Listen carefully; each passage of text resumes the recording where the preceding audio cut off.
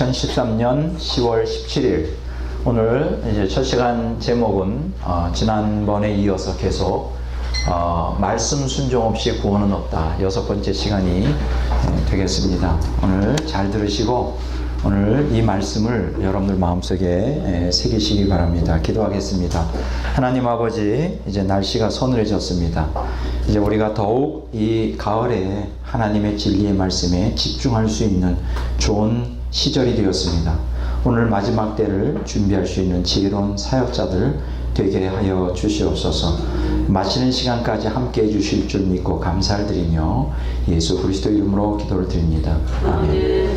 자, 우리가 지금 저희가 이제 요한계시록 구조 분석을 하는 과정 가운데 요한계시록도 이제 막바지에 이르게 되었습니다. 이제 곧 한 2주, 3주 안에 모든 것이 다 끝나게 되는데 그 과정 가운데 제가 요한계시록 14장에 14만 4천의 명의 그 신앙을 리뷰하는 가운데 우리 하나님께서 저에게 또 감동을 주셔서 말씀 순종 없이 구원은 없다. 이것은 제 그 말씀 사역에 있어서 가장 중심되는 사상입니다.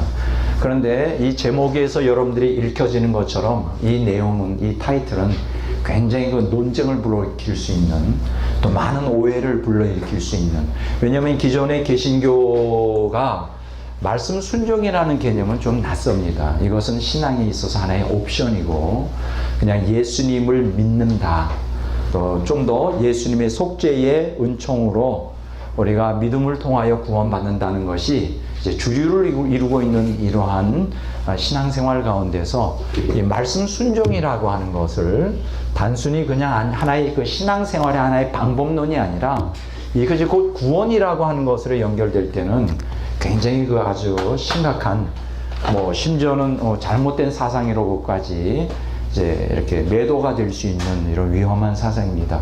제가 그럼에도 불구하고 이 제목을 아주 저돌적으로 택한 이유는 뭐냐 하면 성경이 가르치는 내용이 바로 이 핵심이기 때문이죠.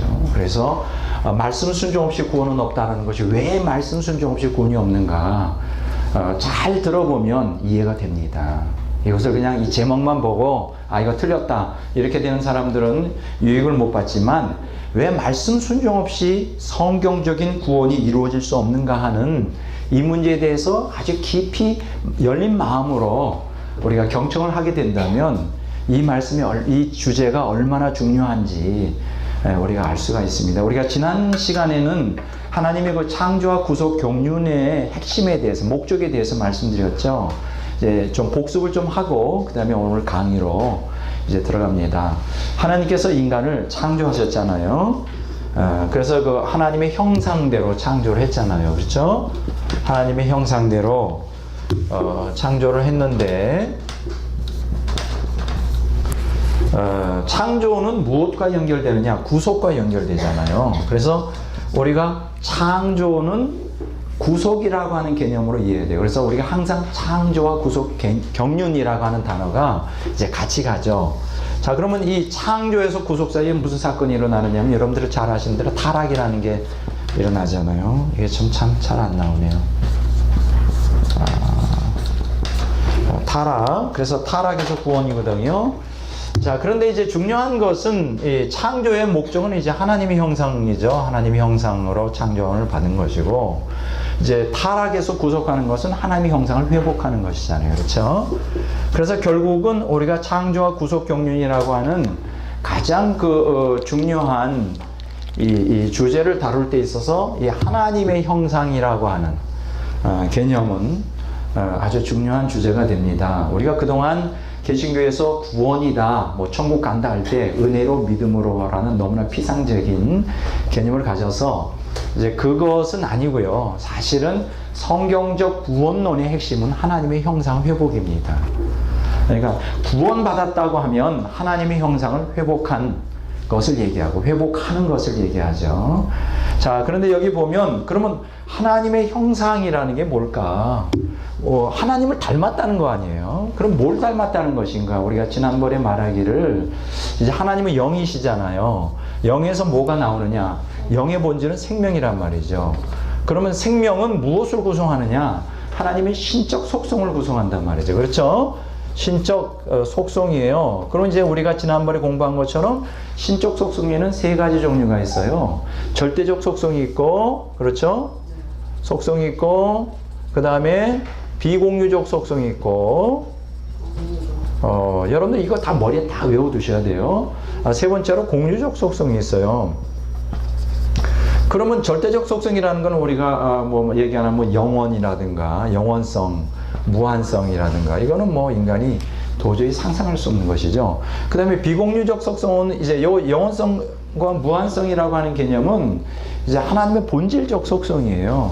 이거는 어떤 그 인간이 도대체 이해할 수 없는 본질적인 절대적 속성이다. 그래서 하나님의 존재 특성을 나타낸다 이렇게 말할 수 있죠. 이 비공유적 속성은 요거는 이제 우리가 좀 어느 정도 이해할 수 있다고 제가 말씀을 드렸어요. 이건 하나님의 창조 사역과 연관이 된다 이렇게 말했어요. 절대적 속성은 이건 도저히 인간이 이해할 수 없기 때문에 그냥 경외의 대상이 되고요. 근거가 되고, 비공유적 속성은 뭐 전능, 전지, 뭐 편재, 뭐 이게 이제 비공유적 속성인데 어느 정도 이해가 되잖아요. 그래서 요거는 이제 창조 사역과 연관이 되는데, 요거는 이제 우리가 신뢰의 근거가 되죠. 하나님을 믿을 수 있는, 하나님이 전능하신 분이다, 전지하신 분이다, 편재하신 분이다. 이게 하나님의 절대 주권에 대한 기본적인 개념. 그래서 우리 신앙에 있어서 이러한 비공유적 속성의 이러한 창조 사역과 관련되는, 왜냐하면 창조와 구속은 연결되어 있거든요. 이러한 개념을 철저히 우리가 숙지하고 믿는 것이 중요합니다. 하나님은 전능하시다는 것, 하나님은 나의 모든 것을 다 알고 계시다는 것, 하나님은 어디나 다 계시다는 것. 그래서 우리 신앙생활에 있어서 가장 중요한 신뢰의 근거가 되고, 이제 공유적 속성이라는 건 뭐냐, 세 가지가 말씀드렸잖아요. 거룩이라고 하는 거, 혹은 진리라고 하는 거, 그 다음에 사랑이라는 거. 이게 이제 하나님의 공유적 속성의 3대 요소인데, 이건 바로 하나님의 성품을 의미하죠. 그래서 하나님의 그 구속사역하고 연결이 돼요. 구속사역. 그러니까 이게 바로 이제 우리가 구속할 때 어떤 하나님의 신적 속성을 말하는 것이냐. 신의 성품에 참여한다 그랬잖아요. 그러면 기독교인들이 신의 성품에 참여한다는 것은 그 하나님의 생명에 참여한다는 것이고, 하나님의 생명에 참여한다는 건 하나님의 영과 하나가 된다는 것인데, 그러면 신적 합의를 이룬다면 인간이 신이 되는 것이냐? 아니죠. 인간은 절대 신이 될 수 없어요. 왜냐하면 인간은 하나님의 신적 속성 가운데 첫 번째 절대적 속성과 비공유적 속성을 우리가 그대로 물려받을 수 없어요. 우리가 하나님의 생명에 참여하는 것, 우리가 하나님과 하나가 되는 것은 공유적 속성에 제한되어 있죠. 하나님이 거룩한 것처럼 우리가 거룩하고, 하나님이 진리인 것처럼 우리가 진리 가운데 행하고, 하나님이 사랑인 것처럼 우리가 사랑 가운데 행할 때 신적 속성, 다른 말로 말하면 신의 성품, 그죠? 신의 성품에 참여하는 자가 돼요. 그러니까 우리가 하나님과 하나가 된다 그래서 생명과 또 영으로 하나가 된다고 해서 우리가 신이 되는 건 아니에요. 그렇죠? 이해가 되시죠? 그래서 여기서 하나님의 형상을 얘기할 때, 하나님의 형상대로 창조되고 하나님의 형상을 회복한다고 그럴 때는 신의 성품에 참여하는 것을 얘기해요. 다른 말로 말하면 하나님이 거룩한 것처럼 우리가 거룩하게 되고, 하나님과 진리인 것처럼 우리가 진리화되고, 우리가 하나님이 사랑하는 것처럼 우리가 사랑하는 하나님의 사랑의 사람이 되는 것, 이게 이제 신의 성품에 참여하는 것이고 하나님의 형상을 회복하는 것에 초점이에요. 자, 그런데 성경은 뭐라 그러느냐, 이렇게 하나님께서는 우리를 신의 성품에 참여시키려고 창조했단 말이죠. 그리고 타락을 통하여 또 구속하는데 신의 형상을, 성품을 회복하는 것이 하나님의 구원의 목적이란 말이죠. 그러니까 다른 말로 말하면 하나님이 거룩한 것처럼 우리도 거룩하고, 하나님이 진리인 것처럼 우리가 진리 가운데 행하고, 하나님이 사랑인 것처럼 우리도 신적인 사랑으로 충만한, 다른 말로 말하면 아가페의 사람이 되는 것이 이제 신의 성품에 참여하는 것인데, 중요한 것은 하나님의 생명. 우리가 성경에 보면 예수님 믿는 자, 예수 안에 있는 자에게는 생명이 있다고 그랬잖아요. 네. 자, 이거는 생명이 있다는 것은 신적인 생명을 얘기하는 거예요.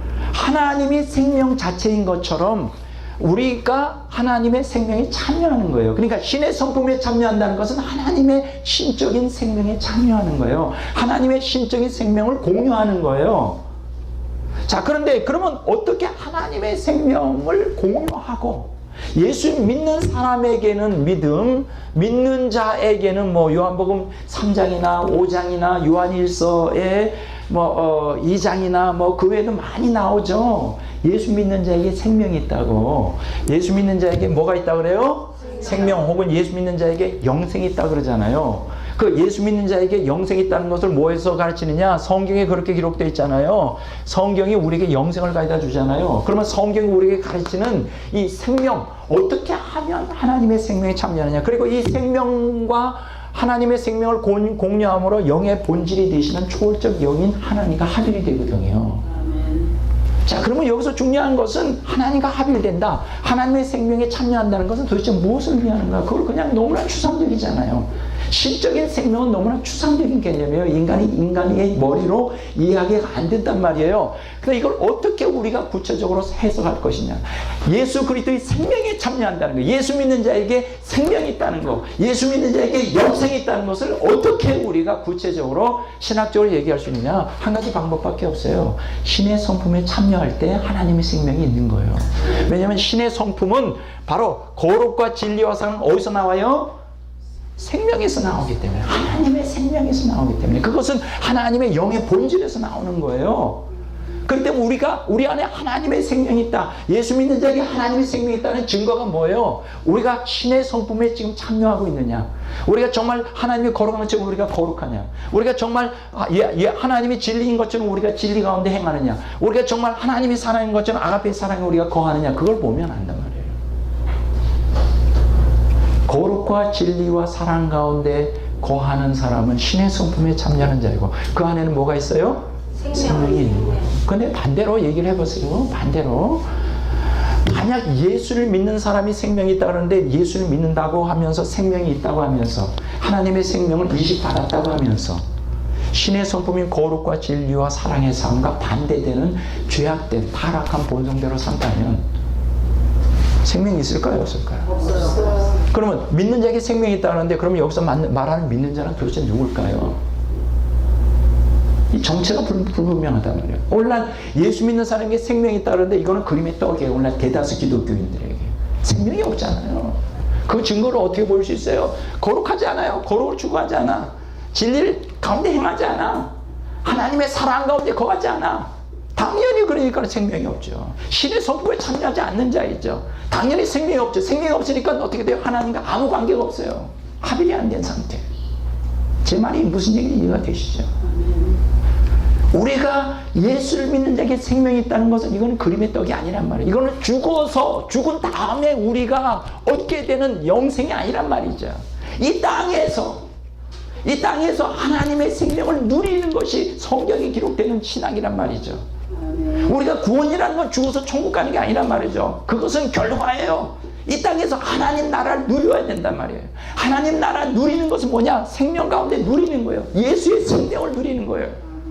이해가 되시잖아요. 그렇죠? 근데 원래 대다수의 많은 기독교인들은 이 세상에서 하나님의 생명을 누리지 못하고 있어요. 누리지 못하는 증거는 뭐냐? 거룩하지 않아요. 진리를 추구하지 않아요. 사랑하지 않아요. 그러면서 예수를 믿는데, 그러면서 소망을 갖고 있대. 그러면서 죽은 다음에 천국 간대. 절대 못 가요. 왜냐하면 성경에서 가르치는 이 생명이라는 것은 이 땅에서 생명을 누리는 거예요. 예수 믿는 자에게 지금 현재 생명이 있어요. 생명을 경험할 수 있어요. 그리고 신의 성품에 참여하는 거예요. 이거는 신의 성품에 참여하는 것은 죽어서 참여하는 거 아니에요. 물론 결과론적으로 죽은 다음에 풍성히 참여하겠지만, 지금 이 시간에 신의 성품에 참여하는 자가 되어야 돼요. 지금 이 시간에 거룩과 진리와 사랑의 삶을 살아야 돼요. 그러면 여기서 성경의 얘기 나오잖아요. 어떻게 우리가 신의 성품에 참여할 수 있을까? 지금 이 시간에 거룩과 진리와 사랑의 신의 성품의 속성인데 어떻게 참여할 수 있을까? 그것은 아들의 형상을 본받음으로 가능하다. 아들의 형상을 본받음으로. 왜냐하면 하나님은 초월자 하나님이기 때문에 아무래도 초월자를 우리 피조물인 인간이 이해하는 게 쉽지가 않아요. 하나님의 사랑과 거룩과 진리를 아무리 이해하려고 해도 그대로 참여하려고 해도 그게 쉽지 않아요. 그러면 누군가 구체적으로 하나님이 인간이 되셔서 이 땅에 오셔서 우리에게 보여주셔야 돼요. 우리에게 모범을 보여주셔서 이렇게 하나님을 믿는 거예요. 이렇게 신의 성품에 참여하는 삶을 사는 거예요. 이렇게 함으로 생명의 이루어 하나님과 하나가 되는 거예요. 이걸 구체적으로 설명해 주시고 구체적으로 우리에게 보여주시고 그 삶을 사시고 따라오도록 해야 되는 거예요. 예수님이 이 땅에 오신 목적은 뭘까요? 신의 성품에 참여하기 위해서 오셨어요. 그걸 통하여 생명을 주고 하나님과 영으로 하나 되게 하시려고. 그래서 결국은 창조와 구속 경륜 궁극적인 목적인 하나님 나라 회복을 위해서 이 땅에 오신 거예요. 그렇잖아요. 구원의 내용이 뭐예요? 로마서 8장에 있는 말씀처럼 아들의 형상을 본받게 하기 위하여 구원이라는 게 필요한 것입니다. 예지와 예정, 그 다음에 소명과 그 다음에 칭의와 성화와 영화의 모든 이 구원의 순서의 과정은 아들의 형상을 본받게 하는 거예요. 그게 구원의 내용의 핵심이에요. 구원의 내용의 핵심은 아들의 형상을 본받는 거예요. 아들의 형상을 그래서 성경은 뭐라고 말을 하고 있습니까? 에베소 5장 1절에 하나님을 본받는 자가 되라. 모방하는 거예요. 하나님을 흉내내야 돼요. 여러분 기억하셔요. 여기서 기억하셔야 될 것은 우리가 어떻게 신의 성품에 참여하고 생명을 통하여 하나님과 하나가 될 수 있느냐. 초월자를 우리가 피조물인 하나님과 하나가 되는 게 불가능하죠. 무한자와 유한자가 너무나 차원이 다르기 때문에 유한자는 무한자를 포용할 수 없어요. 이걸 갖다가 중세 신학자들은 하나님의 불가해성이라고 그랬어요. Incomprehensibility of God. 하나님을 우리가 수용할 수 없다는 거예요. 이해할 수 없다는 거예요. 온전히 파악이 불가능하다는 거예요. 어떻게 그게 가능할까요? 우리는 이러한 창조와 구속 과정에서 예수님이 이 땅에 오셔서 행한 일이 뭐냐? 이렇게 말할 수 있어요. 먼저 하나님과 그리스도가 연합이 됩니다. 한번 읽어보도록 하겠습니다. 성경을 제가 성경을 안 가져왔네요. 저쪽에 영어 목사님 방에 있어요. 성경을 안 펴놨나? 자, 제 성경을 좀 찾아줘 주세요. 이럴 수가 있나? 아니, 전쟁하러 나간 군인이 총을 안 가지고 저기다 놔두고, 아니 이게 처음이네요. 이런 실수를. 예. 아니요, 제 성경 거기 책 가방에 가운데 있는데. 죄송합니다. 가방 안에, 아니면 가방을 다 가져오시든지. 이 성경을 이렇게 꺼내놓는 게 너무 많다 보니까 성경을 가져왔는데도 우리가 한번 펴보겠습니다. 가져오는 동안에 하나님과 그리스도가 연합합니다. 요한복음 14장 10절에서 11절. 아직 못 찾으시나 보는데 가방 안에 있어요. 중간에. 한번 보겠습니다. 요한복음 14장 10절에서 11절.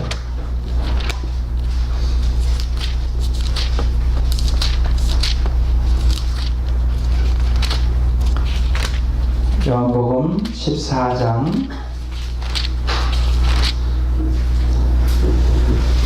10절 11절 다 같이 읽어보겠습니다. 아니 성경을 만들어 오시나? 다 같이 읽겠습니다. 찾으셨죠? 나는 아버지 안에 있고 아버지는 내 안에 계신 것을 내가 믿지 않느냐. 내가 너희에게 이르는 말은 스스로 하는 것이 아니라. 성경을 좀 가져오세요. 아니요, 제 성경. 아니요, 그 가방을 가져오세요. 아니 가방. 예? 가방. 이상하다. 가방을 좀 가져오세요.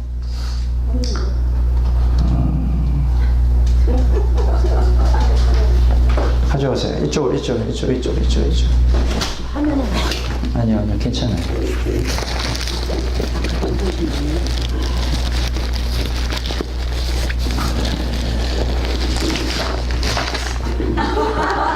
이게 너무 보물이라 싸고 하다 보니까 아무도 못 찾아요. 도둑도 못 가져요. 증명이 됐죠? 얼마나 보물처럼 해놨는지. 제가 이거 잊어버릴 리가 없죠. 생명인데. 자, 다시 한번 읽습니다. 죄송합니다. 요한복음 14장 10절에서 11절. 저는 제 성경을 봐야 막 이게 뜨거움이 임해요. 자, 요한복음 14장 10절에서 다 같이 한번 읽어보겠습니다. 요한복음 14장 10절에서 11절. 내가 아버지 안에 거하고 아버지는 내 안에 계신 것을 내가 믿지 아니하느냐. 내가 너희에게 이르는 말은 스스로 하는 것이 아니라 아버지께서 내 안에 계셔서 그의 일을 하시는 것이나 내가 아버지 안에 거하고 아버지께서 내 안에 계심을 믿으라. 그렇지 못하겠거든 행하는 그 일로 말미암아 나를 믿으라. 아멘. 자, 오늘 이 말씀에 보면 예수님이 하시는 포인트는 뭐냐? 예수님이 하시는 말은 그냥 하는 게 아니라 아버지가 내 안에 계셔서 그런 것이다. 그러니까 아버지가 내 안에, 내가 아버지 안에 있다는 거예요. 그러니까 여러분들 다른 말로 말하면 하나님과 그리스도는 신적으로 연합된 상태에 있어요. 왜냐하면 신의 본질이잖아요. 삼위일체 하나님에서 성부와 성자는 동질성을 갖고 있잖아요. 골로새서 한번 보겠습니다. 골로새서 한번 보겠습니다. 골로새서 1장 19절 보겠습니다. 다 같이 읽어보겠습니다. 아버지께서는 모든 충만으로 예수 안에 거하게 하시고. 아버지가 모든 충만으로, 이게 플레로마라 그래요. 플레로마. 이게 무슨 뜻이냐? 아주 0.1%도 부족함 없이 완전히 채워져 있는 상태예요. 그러니까 예수님을 본 자는 곧 하나님을 본 자예요. 왜냐하면 예수님이 하나님의 형상의 본질이기 때문에. 그리고 완전히 예수님이 곧 신이죠. 그러니까 성육신한 하나님이에요. 그러니까 요한복음에 보면 이제 그것도 나오는데, 먼저 골로새서 2장 9절 한번 보겠습니다. 골로새서 2장 9절. 그 안에는 신성의 모든 충만이 육체로 거하시고. 신성의 모든 플레로마, 충만, the fullness, 충만이 육체로 거한다 그랬어요. 우리가 한번 요한복음 1장 한번 봅니다.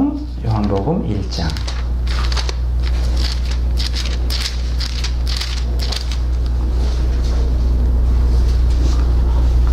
1장 18절. 다 같이 읽어보겠습니다. 요한복음 1장 18절. 자, 본래 하나님을 본 사람이 없으되 아버지 품속에 있는 독생하신 하나님이 나타내셨느니라. 이게 무슨 뜻일까요? 이게 번역이 조금 부족한데, 자, 하나님을 본 사람이 없어요. 하나님 볼 수 없어요. 왜냐하면 초월자이기 때문에. 그러나 예수님이 하나님이신데 그분이 육신을 입고 이 땅에 오셨어요. 그래서 독생하신 하나님이 나타내셨느니라. 독생하신 하나님 되시는 예수 그리스도가 하나님을 온전히 나타냈다, 이런 뜻이에요. 자, 그러니까 성경이 우리에게 말하는 것은 뭐냐? 하나님과 예수님은 하나예요. 아버지와 나는 하나라고 요한복음 10장에 말씀하셨죠. 그래서 하나님과 그리스도는 온전한 연합을 이루고 있어요. 합일된 상태에 있어요. 하나님이 생명인 것처럼 예수님도 생명이십니다. 자, 근데 이제 문제가 되는 건 뭐냐면, 성부, 성자, 성령은 온전히 신적인 합의를 이루어서 그게 문제가 되지 않는데, 하나님이 창조와 구속 경륜에서 원하는 것은 하나님의 생명에 피조물인 인간이 참여하도록 하길 원하는 거예요. 이제 그게 문제예요. 근데 이제 문제가 되는 건 뭐냐?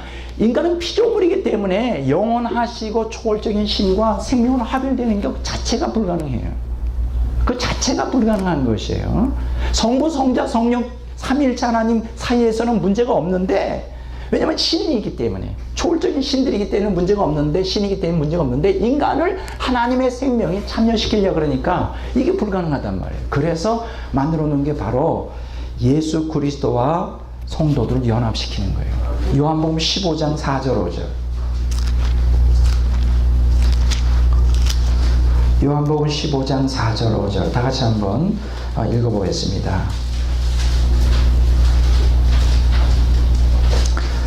내 안에 거하라. 나도 너희 안에 거하리라. 가지가 포도나무에 붙어있지 않으면 스스로 열매를 맺을 수 없음 같이 너희도 내 안에 있지 않으면 그러하리라. 자, 여기 성경에서 우리에게 말하는 게 뭡니까? 포도나무와 가지에 대한 거예요. 여러분 가지, 포도나무 가지가 포도나무에서 떨어진 것을 우리가 생각할 수 있습니까? 포도나무에 붙어있지 않는 포도나무 가지를 상정할 수 있습니까? 있을 수 없는 얘기예요. 여러분, 우리가 에베소서와 골로새서에도 똑같은 개념이 나옵니다. 이제 에베소서는 그리스도의 몸된 교회를 강조하고 있어요. 우리가 교회가 그리스도의 몸된 교회. 그리고 골로새서는 무엇을 강조해주고 있느냐면 그 몸의 머리 되시는 그리스도를 강조해주고 있어요. 여러분, 제가 한번 물어보겠습니다. 머리가 없는 몸을 상정할 수 있습니까? 그럼 뭐라고 말하죠? 머리가 없다. 죽음이죠. 그건 좀비도 아니고 그건 정말 이상한 머리가 없는 인간이 다닌다. 아, 그런데 몸이 없는 머리를 생각할 수 있습니까?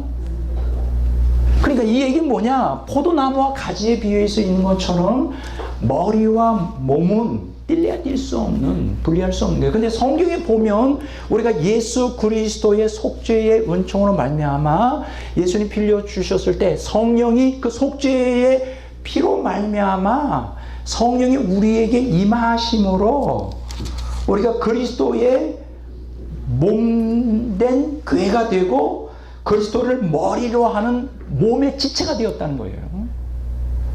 이게 이제 에베소서와 골로새서에서도 계속 얘기해 주고 있고, 그 다음에 고린도전서 12장에도 보면, 또 14장에 보면 지체에 대해서 얘기해 주겠어요. 그리스도의 몸의 지체다. 이게 가능하게 됐어요. 어떻게 우리 인간이 어떻게 그리스도와 하나가 될 수 있을까? 그게 가능하게 된 것은 뭐냐? 그 예수님의 속죄의 피가 먼저 선행되어야 되고, 두 번째는 성령이 내 안에 내주가 필요하죠. 예수님의 그리스도와의 합일은 두 가지를 통하여 이루어져요. 첫째는 속죄의 피, 두 번째는 성령의 내주란 말이에요. 예수님이 속죄의 피를 흘려주셨어요. 인간으로서 오셨어요. 그분이 하나님이지만 인간으로 오셨어요. 그럼 왜 속죄의 피를 흘려주셨을까? 하나님과 합일되게 하시려고. 1차적으로 하나님과 합일되기 위해서는 그리스도가 우리와 하나가 되어야 돼요. 그래서 속죄의 피를 흘려줘서 그 피가 흘렸죠. 그 피가 성령의 역사를 알면 우리 심령이 뿌려졌죠. 그 다음에 성령이 그 피를 보고 어떻게 해요? 내주하시잖아요. 그 피를 보고 내주할 때 피와 내주를 통하여 어떤 역사가 일어나느냐? 우리 안에 하나님의 생명이 이식이 돼요. 예수님은 생명이시잖아요. 그러니까 예수의 생명, 하나님의 생명, 성령의 생명이 우리 안에 이식이 돼요. 자, 그래서 우리가 그리스도와 하나가 되는 거예요. 지금 우리는 저와 여러분은 그리스도와 하나가 된 상태예요. 여러분 안에 성령이 내주하심으로 그리스도가 내주하고 계셔요. 그리고 이 우주적인 교회의 한 몸으로 성령 안에서 세례를 받음으로 우리가 한 몸이 정체적으로 우린 다 지체이고 한 몸이 된 상태예요. 자, 이게 놀라운 그리스도의 신비인데 우리가 그리스도와 하나로 연합돼요. 그래서 그리스도와 연합을 통하여 하나님, 초월적인 하나님과 어떻게 되냐? 그리스도와 성도의 연합을 통하여. 왜냐하면 그리스도는 성부 하나님과 연합되어 있으니까 우리가 성도가 그리스도와 연합되면 자동적으로 우리 성도들은 그리스도를 통하여 성령을 통하여 누가 연합이 되게 될 거예요? 초월적인 하나님과 연합이 되게 되는 거예요. 그래서 심적인 생명에 참여하게 되는 거예요. 하나님의 영의 합일이 되어버리는 거예요. 그래서 하나님의 영으로 태어나는 거예요. 그래서 우리가 하나님의 자녀가 되는 것입니다. 이해가 되시죠? 이건 놀라운 것이에요. 요한복음 14장 20절을 한번 보겠습니다. 뭐 여기에 대해서 얘기하려면 한도 끝도 없고 제가 개요만 얘기하는 거예요. 어떻게 하나님과 합일이 될 수 있는가? 왜 예수 그리스도의 속죄와 구속 원증이 필요한가? 요한복음 14장 20절 봅니다. 자, 다 같이 한번 읽어보겠습니다. 그날에는 내가 아버지 안에, 너희가 내 안에, 내가 너희 안에 있는 것을 너희가 아니라. 여기서 그날은 언제일까요? 여기서 그날은 언제일까요? 내가 아버지 안에, 너희가 내 안에, 내가 너희 안에. 보세요. 결국 뭐예요? 내가 아버지 안에, 너희가 내 안에, 내가 너희 안에. 그걸 통하여 너희가 아버지 안에. 근데 여기서 그날은 언제일까요? 첫째, 1차적으로는 성령의 내주예요. 여기서 그날이라고 하는 것은 그 요한복음 14장 15절, 16절에 보면 그 17절에 보면 다른 보혜사 영원토록 너희와 함께 있고 진리의 영이고 너희 속에 거하시는 성령이 임하시는 그날에 하나님의 생명이 우리 안에 이식되므로 너희가 내 안에 내가 너희 안에 내가 그리스도 하나님 안에 있는 걸 알게 된다는 것이죠. 자, 17장 21절을 보겠습니다.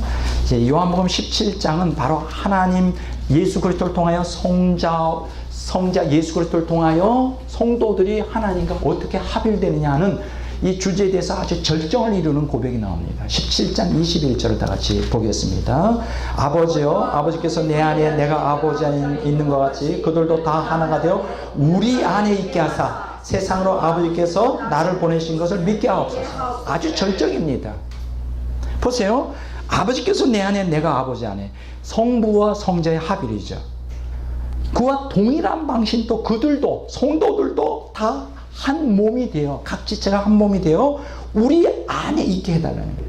다른 말로 말하면 성도들, 피조물인 인간이 예수 그리스도의 속죄의 은총과 성령의 내주를 통하여 예수 그리스도와 합일됨을 통하여 하나님과 하나가 되는 거예요. 성부, 성자, 성령과 하나가 되는 거예요.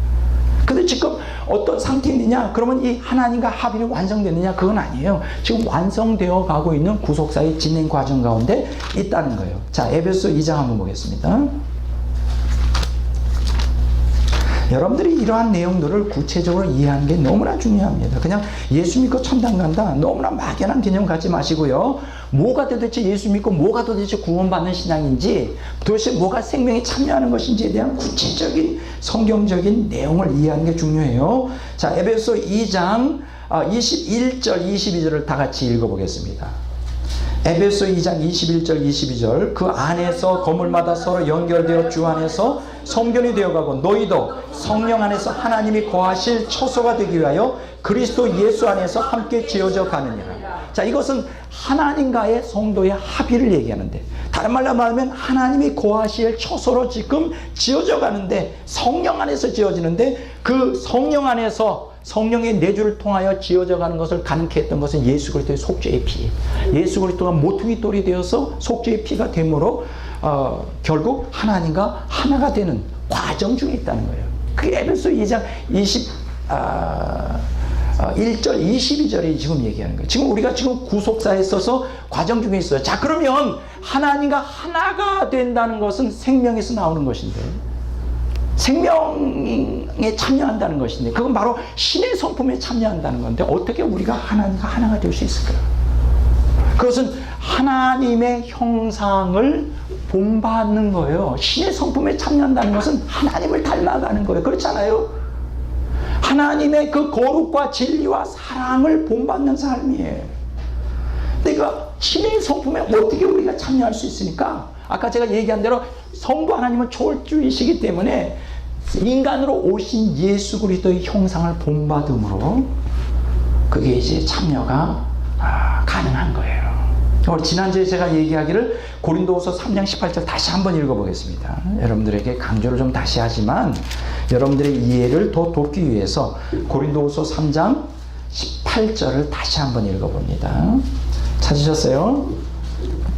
찾아서 읽어보도록 이렇게 하겠습니다. 고린도후서 3장 18절 찾으셨습니까? 우리가 다 수건을 벗은 얼굴로 거울을 보는 것 같이 주의 영광을 보매 그와 같은 형상으로 변화하여 영광에서 영광이르니 곧 주의 영으로 말미암습니다. 자, 여기 보면 그와 같은 형상으로 변화하여 라고 했어요. 이 변화되었다라는 게 마태복음 17장 2절, 마가복음 9장 2절에 보면 예수님의 그 변화산상의 그 변화. 근데 이 변화라고 하는 거 헬라의 원어에 보면 본질적인 그 특성에 참된 본질적인 인간의 궁극적인 변화를 얘기해요. 그런데 여기서 중요한 것은 변화한다고 하는 단어가 현재 수동태로 쓰여 있어요. 현재 수동태, 그러니까 계속과 반복을 나타내는 현재형이란 말이죠. 이 변화하는 게 우리가 물론 궁극적으로는 우리가 예수 그리스도의 부활에 참여할 때 영광의 몸으로 변화할 때 궁극적으로 이것이 성취되겠지만은 지금 이 땅에서 예수 믿는 성도들이 지금 이 땅에서 그리스도의 형상을 본받는, 그리스도의 형상을 본받음을 통하여 신의 성품에 참여하는 현재적인 신앙생활을 통하여 이제 변화해 가는 거예요. 그래서 여기 보면 영광에서 영광이 이른다고 그랬어요. 우리가 신의 성품에 참여하는 그 첫날부터 영광에 참여하기 시작해요. 도대체 영광이라는 게 뭘까요? 영광이라는 게 도대체 뭘까? 영광. 그러면 영광에서 영광이 뭘까요? 결국 영광에서 영광이라고 하는 것은 뭐냐? 첫째 영광은 우리가 예수 믿는 그 시작을 얘기하고, 예수 믿는 그 첫날부터 너희가 그 의의 열매를 맺어간다. 빛의 열매를 맺어간다. 그리고 그 영광은 어디서 궁극적으로 완성이 될까요? 예수 그리스도가 재림하는 그날에 우리가 몸의 부활을 이루므로 영광이 이르게 되죠. 여러분, 다른 말로 말하면 생명은 하나님의 신적 본질이에요. 그렇죠? 거룩과 진리와 사랑은 하나님의 신적 성품이에요. 바로 그 신적 본질인 생명에서 거룩이 나온단 말이죠. 진리와 사랑이 나와요. 신적 성품이 나와요. 그러면 신적 성품인 거룩과 진리와 사랑은 무엇을 나타내야 되느냐? 하나님의 영광을 표출해야 돼요. 그게 바로 무엇이냐? 신적인 빛이에요. 신적인 빛이에요. 신적인 빛이에요. 다른 말로 말하면 영광을 나타내야 된단 말이죠. 따라서 합시다. 영광. 그러니까 신적 속속에 참여한 자들은 반드시 뭐를 나타내야 될까요? 하나님의 영광을 나타내요. 그 영광이 뭐예요? 하나님의 빛이에요. 하나님의 빛이란 말이에요. 빛을 나타내야 돼요. 빛을 나타내요. 만약 내가 하나님의 빛 가운데 있다면서 어둠 가운데 있다면, 그건 에베소서도 얘기하고 요한일서에서도 얘기하고, 내가 빛 가운데 거한다 그러면서 어둠 가운데 있던 건 가짜란 말이에요. 그거는 신의 성품에 참여하는 거 아니에요. 그거는 생명이 없는 거예요. 그건 하나님과 하나가 된 게 아니에요. 이거 너무나 중요한 거예요. 영광을 나타내요. 하나님의 영광을 드러내는 삶을 살아야 돼. 근데 놀라운 것은요, 우리가 지난번에 공부했죠. 요한계시록을 공부할 때 구속사적 관점으로 해석한 요한계시록이라고 2013년 10월 11일 날 제가 강의한 거 보면, 그 요한계시록은 구속사의 절정이잖아요. 여기 보면 이것이 다 나와 있어요. 하나님과 하나가 됨. 그거 이제 새 예루살렘 성에 들어갔을 때 하나가 되잖아요. 근데 거기에서는 뭐가 있을까요? 생명강이 흐르죠. 생명나무가 있죠. 생명수가 있죠. 생명수 샘물 있죠. 바로 생명을 얘기하잖아요. 그러면 생명에서 뭐가 나오죠? 거룩과 진리와 사랑이 나오잖아요. 요한계시록 21장 10절에 보면 거룩한 성도들과 거룩한 성에 대해서 얘기하고 있잖아요. 그러니까는 이 신의 성품으로 충만한, 신적인 속성으로 충만한 새 예루살렘 성이죠. 그리고 그 새 예루살렘 성은 무엇으로 충만하죠? 무엇을 표출하죠? 바로 신비한 하나님의 빛을 표출해주고 있죠. 그 요한계시록 21장 11절, 23절, 25절, 22장 5절에 보면 빛이 충만한 새 예루살렘 성. 제가 뭘 말씀드리려고 하는지 아십니까? 새 예루살렘 성 요한계시록 21장, 24장은 구속사가 완성됐을 때 우리 성도들이 새 예루살렘 성에 들어가는데, 천국에 들어가는데, 그곳은 하나님의 생명이 충만한 곳이요, 그곳에는 신의 속성이 충만한 신의 성품 거룩과 진리와 사랑이 충만한 곳이요, 거기에서는 하나님의 영광 곧 하나님의 신비한 초월적인 빛이 충만한 곳이에요. 제가 뭘 말씀드리려고 하느냐? 오늘 예수 믿는 사람들은 천당 간다고 합니다. 새 예루살렘 성에 들어간다고 그걸 갈망하고 있습니다. 그러면서도 뭐예요? 영광의 빛, 하나님의 빛을 바라지 못해 어둠 속에 살아요. 어둠이 뭡니까? 죄죠. 마귀의 종로로 타는 것이 어둠이죠. 천국 가겠다고 믿고 있으면서도 어둠 가운데요. 그리고 영광을 드러내지 못하고 신의 성품에 참여하지도 못해. 거룩한 삶, 진리와 사랑의 삶을 살지 않아. 자기 욕망대로 살아. 세상 사람들처럼. 그러면서 자기 안에 생명이 있다고 그래. 이 생명이 없어요.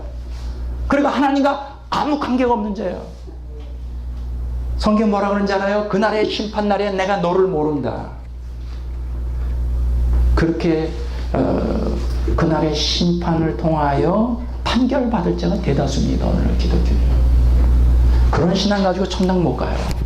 왜냐하면 천국은 하나님과 함께 사는 자이고, 거기는 생명으로 충만하고, 거기는 신적 속성으로 충만한 거룩과 진리와 사랑이 충만하고, 거기 하나님의 영광의 빛이 충만한데, 이 땅에서 하나님의 빛된 삶을 살지 않고, 그 빛된 삶을 살기 위하여 신의 성품인 거룩과 진리와 사랑에 참여하지 않고, 거룩과 사랑과 진리를 통하여 하나님의 생명에 참여하지 않고, 하나님의 생명에 참여하지 않음으로 하나님과 하나 된, 하나님을, 그래서 하나님을 온전히 하나님의 형상을 회복하는 삶을 지금 이 땅에서 누리지 못하는 사람들은 절대 천국 못 간단 말이에요.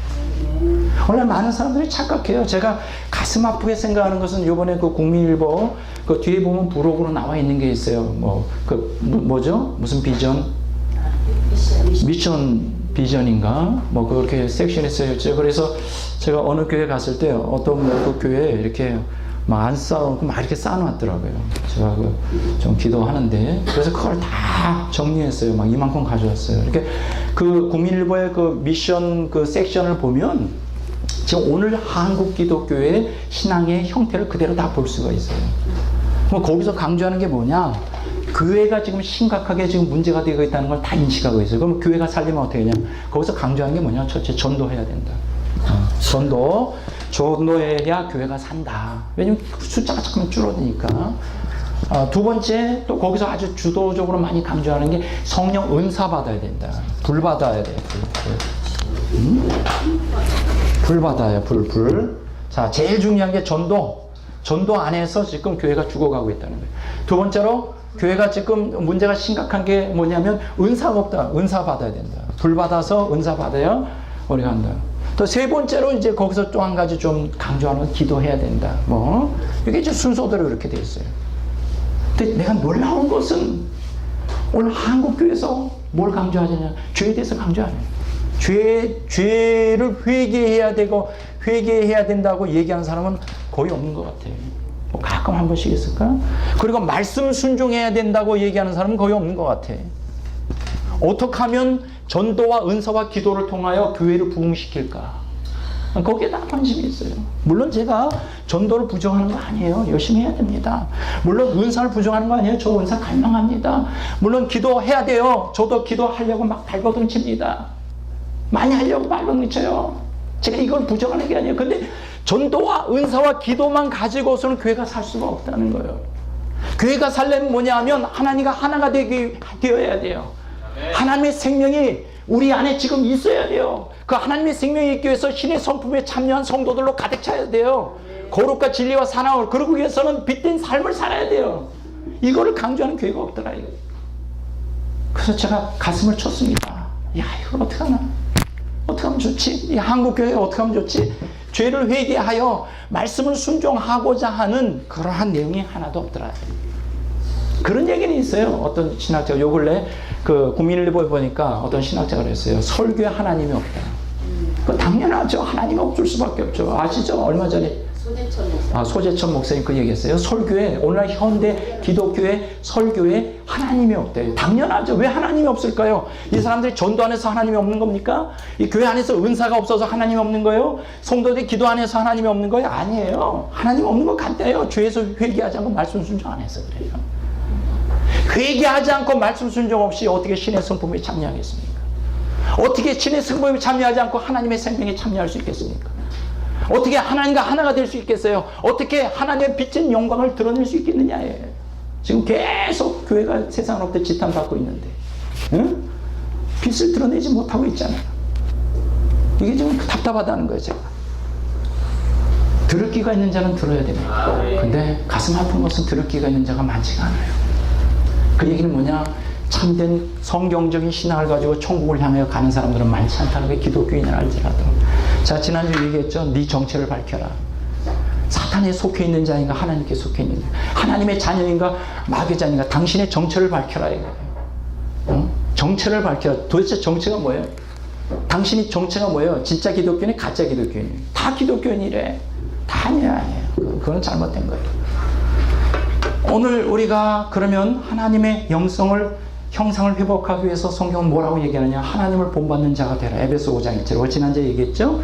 그 하나님을 본받는다는 건 뭐예요? 그 imitors of God, 하나님을 모방하는 거예요. 흉내내야 돼요. 어떻게 우리가 신의 성품에 참여해야 되냐? 한 가지밖에 없어요. 흉내내야 돼요. 흉내. 아멘. 오늘 이런 사람들이 있어요. 예수님을 은혜로, 우리가 구원받는 건 은혜로, 믿음으로 구원받는다. 맞는 얘기죠.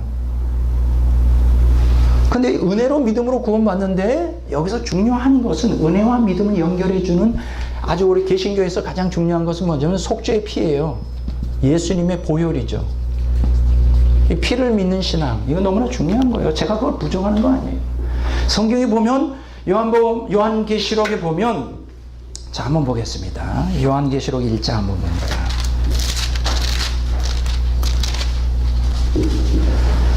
요한계시록 1장 5절을 다 같이 보겠습니다. 요한계시록 1장 5절을 다 같이 봅니다. 뒤쪽에 봅니다. 시간이 없어서 우리를 사랑하사 그의 피로 우리 죄에서 우리를 해방하시고.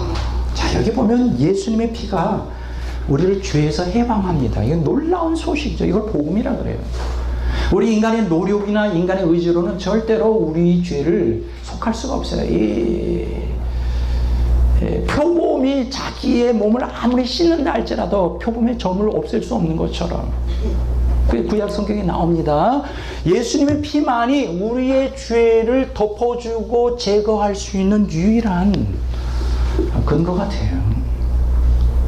그래서 오늘 개신교에서 정통적인 교회의 복음을 가르치는 것은 예수님의 피를 굉장히 강조합니다. 그래서 우리가 행위가 아니라 예수님 피를 의지하고 믿고 그것을 받아들임으로 은혜로 믿음으로 우리가 구원을 받는다. 이렇게 말을 합니다. 그것이 틀렸다는 건 아닙니다. 자, 그렇다면 정말 속죄의 피는 우리를 죄에서 해방하는데 그러면 해방되는 증거를 보여라 이거예요. 예수님께서 속죄의 피를 왜 흘리셨죠? 바로 죄를 제거하기 위해서예요. 한번 보겠습니다. 히브리서 9장 한번 봅니다. 자, 히브리서 9장 26절 다 같이 빨리 보겠습니다. 자, 보면 히브리서 9장 26절 보겠습니다. 그리하면 그가 세상을 창조할 때부터 자주 고난을 받았어야 할 것이로도 이제 자기를 단번에 제물로 드려 죄를 없이 하려고 세상 끝에 나타나셨느니라. 죄를 없이 하려고. 예수님께서 이 땅에 오신 이유가 뭐죠? 예수님이 이 땅에서 속죄의 피를 흘린 이유가 뭐죠? 바로 죄를 제거해요. 죄 제거. 죄를 제거하기 위해서 오신 거예요. 요한일서 한번 보겠습니다. 요한일서 3장 봅니다. 요한일서 3장. 자, 요한일서 3장 5절을 한번 보겠습니다. 다 같이 한번 읽어보겠습니다. 요한일서 3장 5절 봅니다. 그가 우리 죄를 없애려고 나타나신 것을 너희가 아나니 그에게는 죄가 없느니라. 예수님 왜 오셨어요? 출임하셔서 죄를 없애려고. 이게 바로 속죄의 피가 가지고 있는 효능이란 말이죠. 죄를 제거하는 거. 자, 그런데 그럼 제가 한번 물어보겠습니다. 오늘 현대 기독교인들이 속죄의 피를 믿습니다. 은혜로 믿음으로 구원받는다고 했습니다. 그러면 정말 당신들은 죄에서 벗어나고 있으니까 죄가 사함받고 죄에서 제거되고 있고 여러분들이 거룩과 진리와 사랑으로 살고 있습니까? 이렇게 물어보면 또 별개예요. 머리를 믿고 있고 마음으로 믿는데 실제적으로 죄의 세력에서 벗어나는 것을 경험하는 사람이 소수란 말이죠. 그럼 뭐 가짜네. 그럼 예수님의 피는 아무 효력이 없는 거네. 성경 분명히 얘기했잖아요. 예수님 피가 우리를 죄에서 제거하기 위해서 예수님 오셨고 예수님 피는 우리 죄를 죄에서 구원하기 위해서. 그랬잖아요. 마태복음 1장에도 나오잖아요. 예수님이 뭐예요? 예수님이 이 땅에 오신 것은 자기 백성을 저희 죄에서 구원하기 위해서 오셨잖아요. 그러면 예수님 믿는 사람들은 지금 현재 죄의 세력에서 벗어나는 걸 경험해야 될 거 아니에요. 그것이 눈으로 보여야 될 거 아니에요. 근데 많은 사람은 그렇게 생각 안 하는 것 같아요. 루터도 뭐라고 생각했느냐면 지금 현재 이 세상에서는 죄가 제거되는 게 불가능하다는 거예요. 그러니까 예수님의 피는 죄를 그냥 속죄의 피는 죄를 그냥 덮어주고 죽을 때야 죄의 세력에서 벗어날 수 있대요. 오늘 여전히 죄인이라는 거예요. 의인 동시에 죄인, 용서받은 죄인이라는 거예요. 맞는 것 같지만 사실 그거 틀립니다. 그건 가짜예요. 많은 기독교인들은 예수님의 피가 그냥 자기 죄를 덮어주고 자기는 죄의 세력에서 벗어날 수 없고 그냥 이렇게 적당히 살다가 죽을 때 죄에서 벗어난다고 생각을 해요. 그 이런 찬양이 있죠. 보혈을 지나 하나님 품으로 보혈을 지나 아버지 품으로. 참 좋은 찬양이죠. 그러니까는 보혈만 있으면 아버지 품으로 간다는 거예요. 보혈을 지나 하나님. 근데 내가 생각할 때는 보혈을 지난 것 같지가 않아. 왜 그걸 알 수 있느냐? 아버지 품으로 가지를 못하고 있어 계속. 그럼 뭐만 임하고 있느냐? 지금은 아버지하고 아무 관계가 없어. 옆집 아저씨 아들 같아. 그 옆집 아저씨가 그냥 마귀 아버지. 왜냐면 마귀에 속한 자는 죄를 진짜, 마귀는 죄의 화신이잖아요. 죄 가운데 거하는 자는 마귀의 자식이잖아요. 요한복음 8장에서 말하고 요한일서 3장에도 예수님 말씀하시고 요한도 그렇게 말했잖아요. 나는 아버지 자녀 같지가 않아. 보혈을 지나 아버지 품으로 보혈 지나 하나님 간다는데 그거는 그냥 머리로만 하는 얘기고 그냥 희망사항이고 죽어서 그래 보혈 때문에 천국 가려고 하는 생각이고 실제적으로는 보혈이 아무 효력이 없어. 왜 그럴까요? 지금 제가 물어보는 건 그거예요. 왜 그럴까? 왜 그 찬송을 부르는데 실제적으로 아버지 품에 가지 못하는 것일까? 왜 죄에서 해방되지 못하는 것일까? 그 이유가 뭘까? 보혈이 문제예요? 아니에요. 속죄의 피에 대한 잘못된 개념 때문에 그래요. 잘못 믿고 있어요. 이 속죄의 피는 은혜와 믿음과 함께 연결될 때 이게 효력이 되는데 이 속죄의 이 피만 가지고서는 수동적인 신앙, 속죄의 피만 가지시고 칭의의 신앙만 가지고서는 절대로 신의 성품에 참여할 수 없고 생명에 참여할 수 없고 하나님과 가까이 갈 수가 없는 거예요. 자, 이 문제를 저는 여러분들이 우리가 깊이 생각해야 되는데, 어떻게 해야 신의 성품에 참여할 수 있을까? 제가 오늘 제목에 말씀 순종 없이 구원은 없다 그랬어요. 자, 이 문제는 너무나 중요한 문제입니다. 보혈이 분명히 우리를 죄에서 해방하는데 보혈의 능력을 경험하지 못하고 있어요. 오늘 현대 기독교인데 왜 능력을 경험하지 못할까요? 간단해요. 회개 없이 보혈을 믿기 때문에, 말씀 순종 없이 보혈을 믿기 때문에, 회개 없이 죄에서 돌이키고 그 하나님의 뜻에 말씀에 순종하는 삶이 있을 때에 속죄의 피가 우리를 능력으로 구원하는 것이지, 회개하지 않고 말씀 순종 없이 그냥 무조건 속죄의 피를 하는 거, 이게 뭔지 알아요? 무당들이 춤추면서 돼지 피를 갖다 하는 거와 똑같아요. 이사야서 66장 한번 보겠습니다.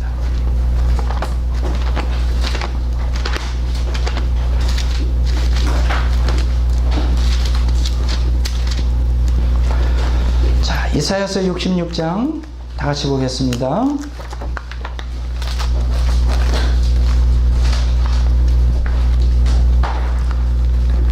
다 찾으셨나요? 네. 이사야서 66장 3절을 다 같이 보겠습니다. 다 같이 읽겠습니다. 소를 잡아 드리는 것은 살인함과 다름이 없고 어린 양으로 제사를 드리는 것은 개의 목을 꺾음과 다름이 없으며 드리는 예물은 돼지의 피와 다름이 없고 분향하는 것은 우상을 찬송함과 다름이 없이 행하는 그들은 자기의 길을 택하며 그들의 마음은 가증한 것을 기뻐한즉. 자, 보세요. 여기 아주 충격적인 얘기를 합니다. 이걸 좀 더 한글 성경 가지고는 이게 잘 나왔지 않아요. 여기 보면 제가 한번 좀 번역을 좀 해볼게요. 그 Amplified Bible에 그 증보 성경이 이렇게 나와 있어요. He who kills an ox then will be as guilty as if he slew and sacrificed a man. 이게 무슨 얘기냐면, 황소를 하나님 죽이는, 황소를 죽여서 하나님께 바치는 자는 마치 그가 인간을 죽여 희생제물로 바치는 것과 다를 것이 없다. He who sacrifices a lamb or a kid as if he broke a dog's neck and sacrificed him. 어린 양 새끼를 갖다가 하나님께 희생제물로 바치는 자는 마치 그가 그 개, 이제 이스라엘 사람들은 구약 성경에 개를 굉장히 아주 그 불결한 짐승으로 보잖아요. 개의 목을 부러뜨리고 그에게 그것을 희생제물로 드리는 것과 같다. He who offers a cereal offering as if he offered swine's blood. 자, 여기에서 무슨 얘기냐 하면 cereal offering, 그러니까 여기 시리얼이 뭐예요? 우리 시리얼 알죠? 네. 미국 사람들이 아침에 먹는 그 우유에서 타먹는 그 시리얼, 그 시리얼 얘기예요. 그러니까 어떤 그 소재죠, 그 예물이죠. 하나님께 드리는 어떤 소재의 예물을 하나님께 바치는 자는 마치 he offered swine's blood예요. 돼지 피를 바치는 것과 같다. He who burns incense to God as if he blessed an idol. 하나님께 향을 태워서 드리는 자는 마치 그가 우상을 찬송함과 다른 게 없다. 왜 그럴까요? 왜 이런 얘기를 할까요? 여기 제목이 뭐라 그러냐 하면, 우리가 이렇게 하나님께 피의 제사를 드리거나 속죄의 피를 믿는 것만 가지고서는 안 된다는 거예요. 먼저 회개해야 되고 죄에서 돌이키고 자기중심주의에서 하나님께로 나아가야 되고 온전히 하나님이 원하시는 삶을 살아야 돼요. 여기 보면 such people 이렇게 나왔어요. have chosen their own ways. 그러한 사람들은 자기 자신의 길을 선택한다. 여기서 자기 자신의 길이 뭐예요? 자아중심적인 길, 자기 마음대로 욕망대로 살아가는 길. And they delight in their abomination. 이게 뭐예요? 그들은 기꺼이 아주 하나님께서 역겨워하고 가증스러워하는 그러한 죄 가운데 사는 걸 원하고 그걸 기뻐하고 즐거워한다는 거예요. 다른 말로 말하면 아무리 속죄의 피를 믿는다 할지라도 우리가 자기 중심적으로 살아가고 죄 가운데 살아가고 그 가운데서 그 죄를 갖다가 기꺼워하고 즐거워하고 그렇게 기뻐하는 삶을, 죄에 속박된 삶을 살아간다면 그런 속죄의 피가 예수님의 속죄의 피는 뭐죠? 돼지 피를 바치는 것과 다를 게 없어요. 돼지 피, 보혈을 지나 아버지 품으로 간다고요? 그 보혈을 지나 아버지 품으로 가기 위해서는 먼저 죄의 회개가 있어야 되는 거 아니에요? 사도행전의 2장과 5장에 예수님의 속죄의 복음을 전하면서 사도 바울이 외친 게 뭐예요? 죄를 회개하라는 거예요. 죄 사함을 얻기 위해서는 죄를 회개해야 돼요. 회개하고 복음을 믿으란 말이에요. 근데 오늘 복음을 믿는, 은혜와 믿음으로 속죄피를 믿는다는 그것은 슬로건을 걸어놓고는 죄에서 돌이키려고 하지 않고 말씀 순종을 하지 않아요. 여기 보세요. 한번 66장 2절을 한번 보세요. 66장 2절, 이사야서 66장 2절 다 같이 한번 봅니다. 나 여호와가 말하노라, 내 손이 이 모든 것을 지었으므로 그들이 생겼느니라. 무릇 마음이 가난하고 심령에 통해하며 내 말을 듣고 떠는 자, 그 사람은 내가 돌보려니와. 이 두 가지예요. 마음, 심령이 가난해야 돼. 이 가난하다는 건 뭐예요? 하나님이 아니고는 내 심령을 채울 수 없다는 막 절절한 이 갈망, 영적인 갈망. 예? 그리고 여기 보면 심령에 통해하는 거예요. 제가 얘기했잖아요. 회개해야 된다. 심령에 통해. 심령에 통해하고, 두 번째 뭐예요? 내 말을 듣고 떨어야 돼. 말씀 순종이죠. 하나님의 말씀 앞에 무릎을 꿇고 그 말씀 중심으로 사는 거예요. 말씀을 듣고 떠는 자, 말씀을 듣고 두려워하고, 말씀을 듣고 경외하고 사랑하고, 말씀 순종이에요. 그러니까 여기서 두 가지예요.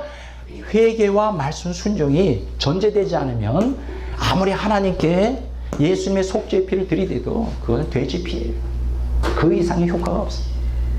이게 오늘 현주소란 말이에요. 한국교회 현주소. 전도 많이 하고 은사하고 기도하면 하나님이 기뻐하실 것 같아요. 물론 전도, 은사, 기도가 있어야 돼요. 그러나 먼저 회개해야 돼요. 응? 통해 자복하는 회개. 근데 우리가 1907년 장대현교회에서의 부흥을 다 회복하자 그래서 목사들이, 큰 교회 목사들이 나서 회개해. 다 엉터리야, 가짜예요.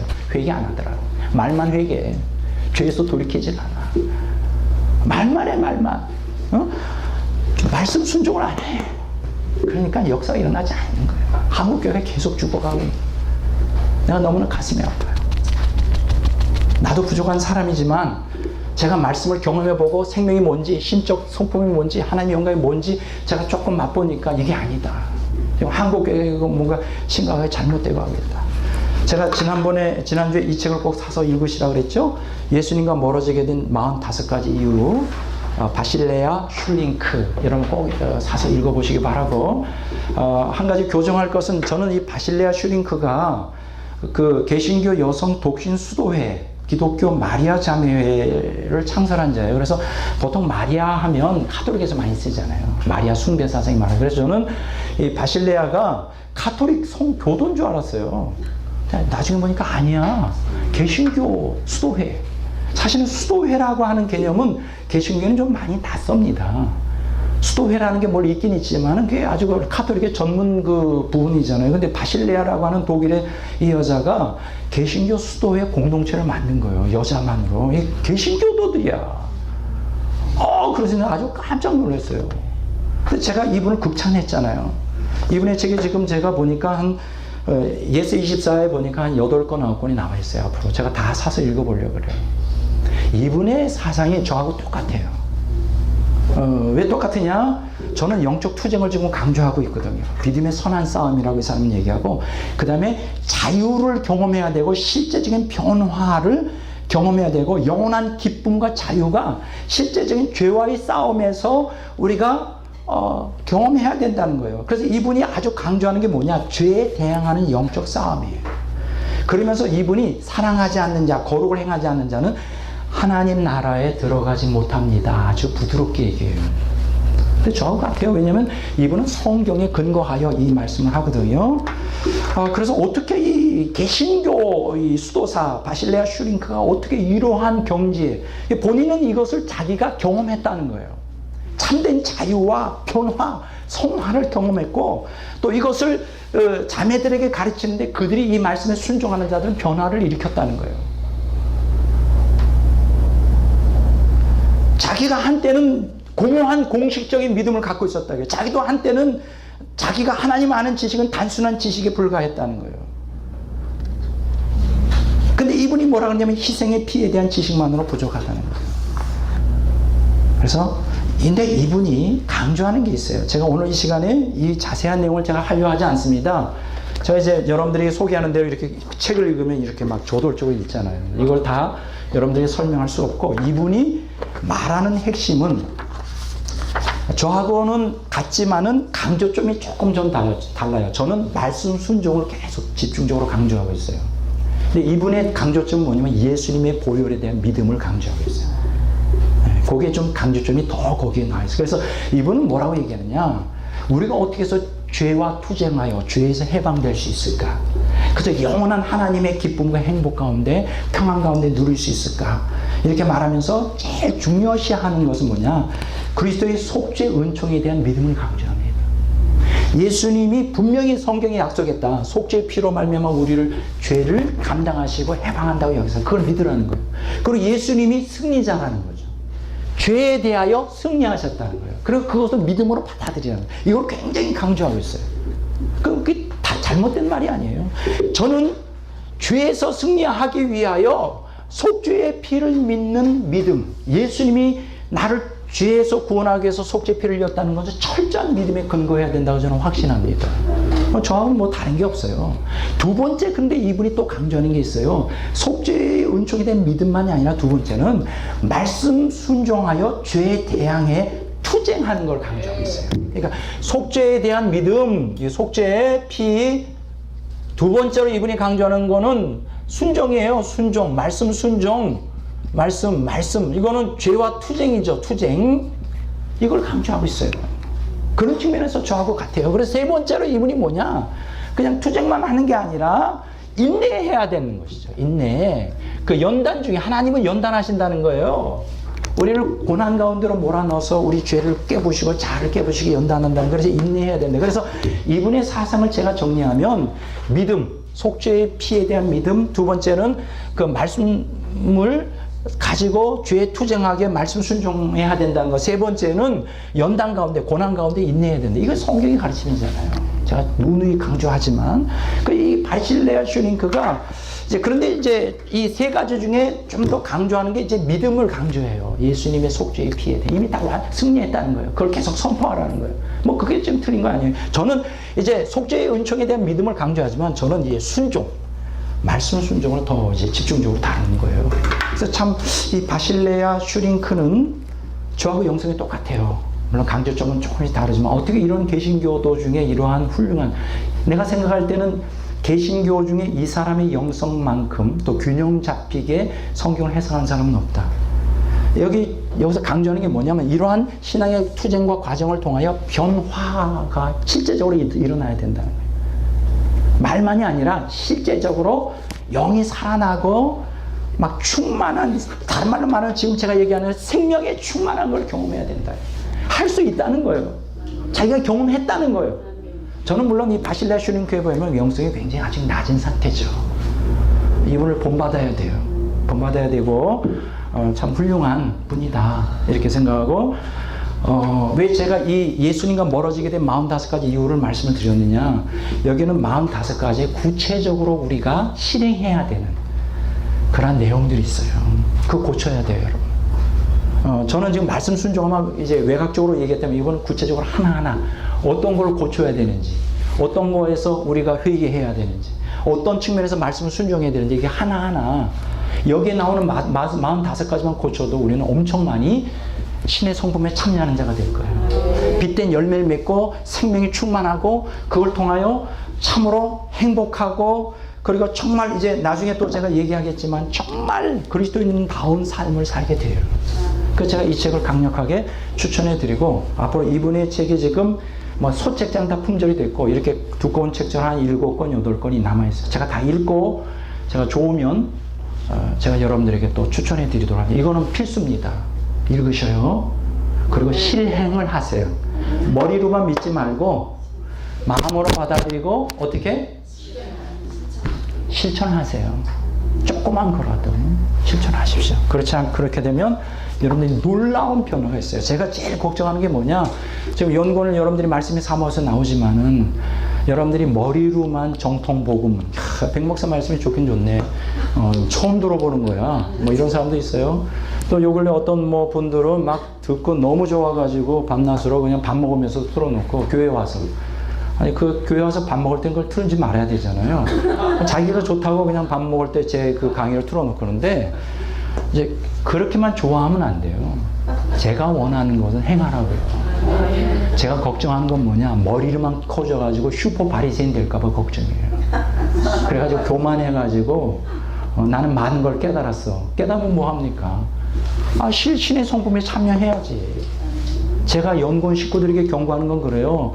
말씀 좋다고 혹은 그 말씀만 외우지 말고 살라고요. 살지 않으면 아무 소용이 없는 거예요. 그거는 그거 가지고 우리가 천국 가는 게 아니니까. 자, 제가 무슨 얘기를 했는지 아시죠? 그 속죄의 회개와 말씀 순종 없이 속죄의 피를 의지하는 거는 무슨 돼지 피를 하나님께 바치는 것 같다는 게 없어요. 그 바실레 슈링크는 속죄의 피에 대한 믿음을 강하게 강조하고 말씀에 죄와 투쟁하면서 말씀 순종을 강조하고 그 연단 과정 가운데 인내하라. 이게 이 사람의 핵심이에요. 그런 측면에서 굉장히 성경적이에요. 자, 그러면 하나님의 형상을 회복하는데, 제가 지난주에 얘기하기를 하나님을 본받는 자가 되라 그랬잖아요. 그 본받는 자가 된 것은 어떻게 해요? 빛의 영광이, 하나님의 영광을 드러내는 빛의 자녀들로서의 삶을 살아야 된다. 또 하나님의 영광과 찬송이 되는 자가 되라, 이렇게 말했어요. 자, 그런데 제가 얘기하기를 하나님은 초월주시잖아요. 그럼 좀 더 본받으려면 우리가 누구를 본받을 수 있냐? 그리스도를 본받는 자가 될 수가 있죠. 자, 한번 보겠습니다. 고린도전서 11장 1절을 봅니다. 여기부터가 이제 지난주에 이어서 오늘 서론 부분이 좀 길지만 여러분들이 이해하기 쉽게 반복해야 하는 거예요. 고린도전서 11장 1절.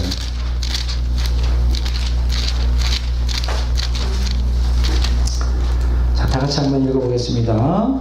내가 그리스도를 본받는 자 되는 것처럼 너희는 나를 본받는 자가 되라. 여러분 어떻게 생각했어요? 바울 사도가 이 말했어요. 내가 그리스도를 본받는 자 된 것처럼 너희는 나를 본받으라. 이게 가능하지 않겠어요? 여러분, 어떤 사람이 나를 본받으라 하면 그게 이해가 되죠. 그 사람의 인격이나 삶을 본받으라는 거예요. 근데 하나님을 본받으라 하면 하나님은 초월주시기 때문에 잘 이해가 안 돼요. 보이지 않으니까. 근데 예수님이 이 땅에 오셔서 뭐라 그랬어요? 그리스도를 본받는 자가 되라 그랬어요. 이해가 되죠? 그러면 그리스도를 어떻게 본받아야 될까요? 그분의 성품과 그분의 삶, 행동을 본받아야 되는 거예요. 구체적으로. 그래야 그분의 형상을 담게 되는 거죠. 그분의 형상을 담게 돼요. 여러분 기억하십시오. 하나님의 형상, 하나님의 신적 성품에 참여하려면 그냥 믿습니다, 속죄의 피만 의지해가지고는 절대 안 돼요. 오늘날 이게 문제예요. 회개와 말씀 순종 없이 속죄의 피만 의지하는 걸 아까 이사야서 66절에 뭐라고 해요? 돼지 피 하나님께 바치는 것과 다를 게 없어요. 오늘 그런 짓들을 하고 있어, 오늘 기독교인들. 예수의 피, 보혈을 지나 아버지 품으로, 그 보혈을 지나 아버지 품으로 가려면 회개해야 되고 말씀 순종이 그 가운데 있어야 아버지 품에 가지. 세상을 사랑하면서 죄 가운데 살면서 그 다 의미가 없는 거예요. 아버지 품에 절대 못 갑니다. 자, 그러면 어떻게 될까요? 그리스도를 본받는 자가 되어야 돼요. 그러면 그리스도를 본받으려면 어떻게 해야 될까요? 그리스도를 본받는다는 게 뭘까요? 두 가지 뜻이 있어요. Follow of Christ, 그리스도를 따라가는 거예요. 그리스도를 본받는다는 건 뭘 의미해요? 그리스도를 따라가는 거예요. 여러분들 누구를 본받으려면, 좀 흉내 내려면 어떻게 돼요? 따라다녀야죠. 따라다녀야죠. 그분이 행하는 대로, 그분이 생각하는 대로 모방해야죠. 카피이스트. 여기 뭐라 그러냐면 카피이스트 오브 크라이스트라고 해요. 머페디 여기는. 킹제임스 버전은 팔로우 오브 크라이스트. 그리스도를 따라가는 자. 그리스도를 따라가는 자야 돼요. 그러면 그리스도를 따라간다는 게 뭘까요? 그냥 예수님 뒤를 졸졸졸 따라가면 되나요? 아니에요. 여기서 보면 성경에서 그리스도를 따른다는 것은 무엇을 의미하냐? 자기 십자가를 지고 예수님을 따라가는 거예요. 따라간다고 할 때는 전제가 있어요. 뭘 지고? 자기 십자가. 자기 십자가 뭡니까? 자기를 부인하는 거예요. 자기 부인함 없이 어떻게 예수님을 따라가요? 자기를 부인하지 않고 어떻게 하나님과 동행해요? 자기를 부인한다는 건 죄 가운데 있는 자기를 부인하는 거예요. 죄와 투쟁하는 걸 얘기해요. 죄와 어떻게 그리스도가 하나가 될 수 있습니까? 죄는 바로 마귀의 자녀를 나타내는데 어떻게 마귀 자녀와 하나님 자녀가 하나가 될 수 있겠어요? 여기서 그리스도를 따라간다는 게 그리스도를 본받는 것인데, 그리스도를 따라간다는 것은 자기 십자가를 지고 예수님을 따라가는 거예요. 자, 마가복음 8장 34절 한번 보겠습니다. 마가복음 8장 34절.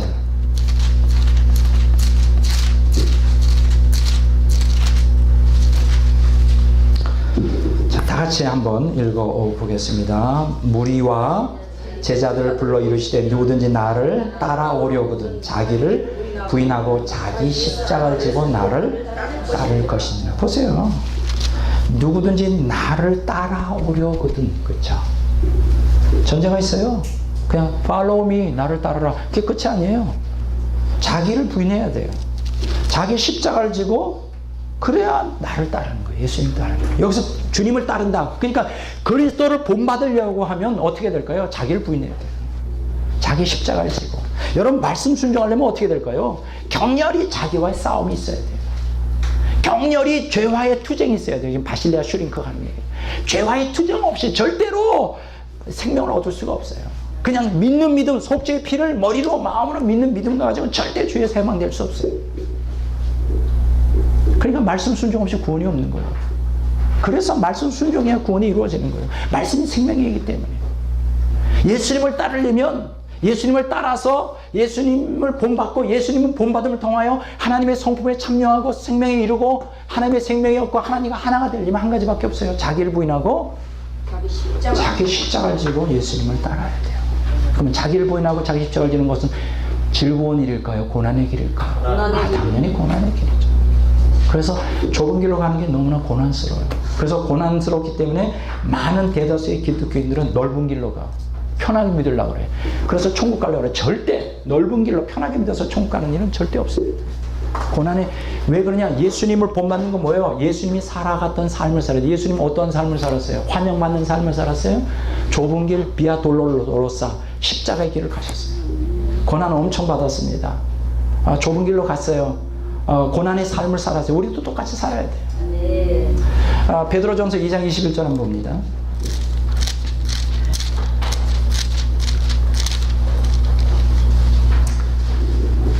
자, 다 같이 한번 읽어보겠습니다. 베드로전서 2장 21절. 베드로전서 2장 21절. 자, 다 같이 읽겠습니다. 이를 위하여 너희가 부르심을 받았으니 그리스도도 너희를 위하여 고난을 받아서 너희에게 본을 끼쳐 그 자취를 따라오게 하려 하셨느니라. 아멘. 보세요. 우리를 부르셨어요. 구원으로 부르셨어요. 근데 여기 보면 근데 부르셨는데 그냥 할 일 없어 불렀느냐? 아니에요. 고난을 받아서 우리에게 본을 보여 그 자취를 따라오게 하려. 본이라는 게 뭔지 알아요? 제가 옛날에 한번 설명한 적이 있는데 본이라는 거는 초등학교 들어갈 때 기억 니은 디귿 그 점 찍어와서 그거 처음에 초등학교 들어갈 때 그거 어렵더구만. 한글 깨치는데 그걸 하라는데 이거 그대로 공책이 있잖아요.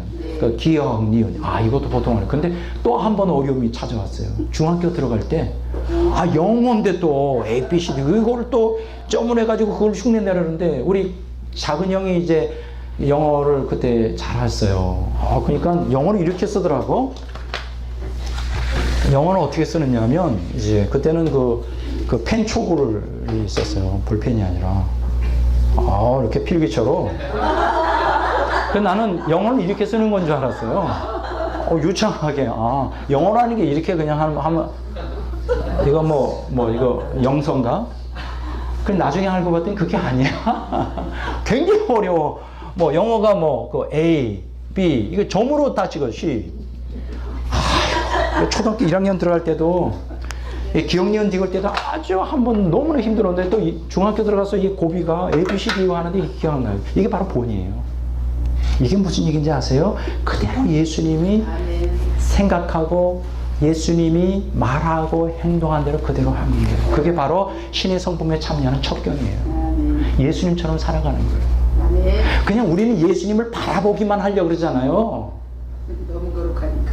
너무 거룩해요. 예수님은 신이고 나는 인간이라 도저히 따라가는 건 그냥 숭왕의 대상이죠. 숭배의 대상. 그래가지고 절대 예, 절대 신의 성품에 참여할 수 없이 그냥 살아야 돼. 성경이 분명히 얘기하고 있잖아요. 나를 따르려고 하는 자는 자기를 부인하고 자기 십자가를 좀 나를 따르라. 여기 보면요, 마가복음 10장에도 그 얘기가 나와요. 여러분, 그 마가복음의 10장인가요? 10장 한번 보세요. 21절. 마가복음 10장 21절. 다 같이 한번 읽어보겠습니다. 예수께서 그를 보시고 사랑하사 이르시되 내게 아직도 한 가지 부족한 것이 있으니 가서 내게 있는 것을 다 팔아 가난한 자들에게 주라. 그리하면 하늘의 보화가 내게 있으리라. 그리고 와서 나를 따르라. 근데 여기 한 가지 빠진 게 있어요. 헬라어 원어 있는데, 그리고 와서 내 십자가를 지고 나를 따르라 이렇게 돼 있어요. 거기 빠졌어요. 원어에. 그러니까 우리가 성경에 보면 항상 예수님을 따르라는 것은 무엇을 전제로 해요? 십자가를 지는 거예요. 십자가 진다는 것은 자기를 부인한다는 거예요. 자기를 부인한다는 건 자기 옛사람의 죄악성, 욕망대로 살아가려고 하는 걸 거부하며 영적 투쟁하고 죄와 대항하여 싸우는 걸 얘기해요. 그런데 그 길이 얼마나 쉽지 않아요. 저도 죄와 싸워보니까요, 보통 어려운 일이 아니에요. 왜냐하면 제가 오랜 세월 동안 죄의 습성에 물들어 있었잖아요. 이거를 거부한다는 게 정말 내 생명을 끊어내는 아픔이 있어요. 여러분, 뭐 돈이나 명예, 그 누구 싫어하는 사람 누가 있어요? 이 세 가지 인간의 그 돈, 머니, 명예, 파워, 섹스, 누가 싫어하는 사람이 있어요? 뭐 남자든 여자든 다 좋아하는 그 가장 인간의 본능적인 욕구인데, 이거 물론 돈이나 파워나 섹스 자체가 나쁘다는 게 아니에요. 오해하지 마시기 바랍니다. 저는 금욕주의자가 아니에요.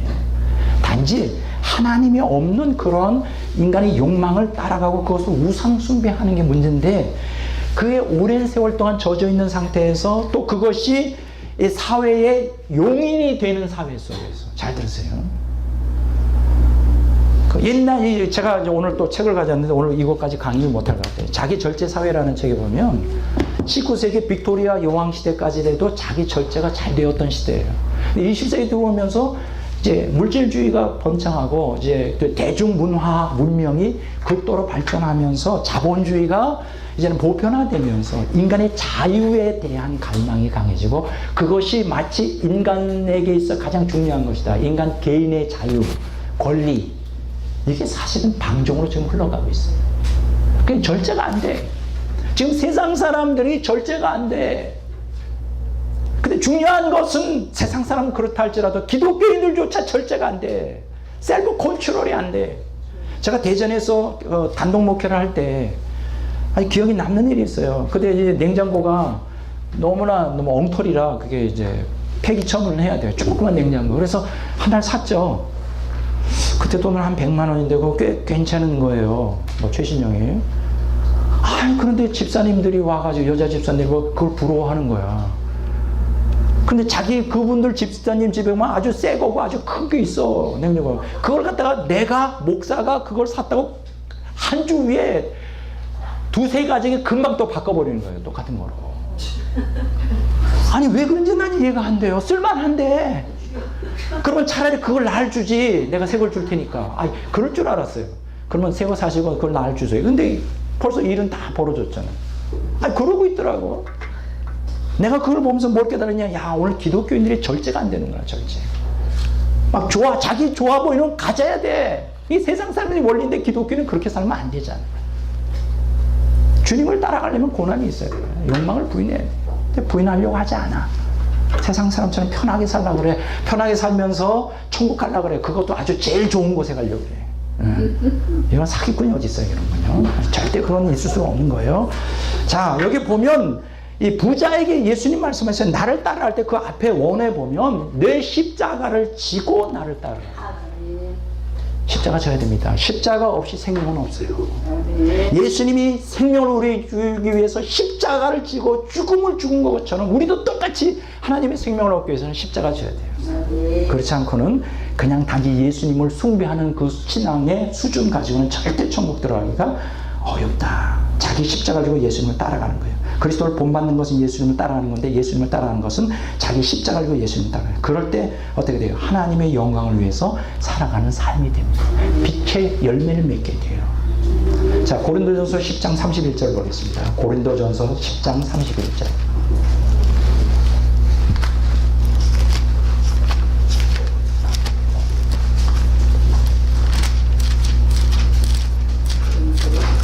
고린도전서 10장 31절.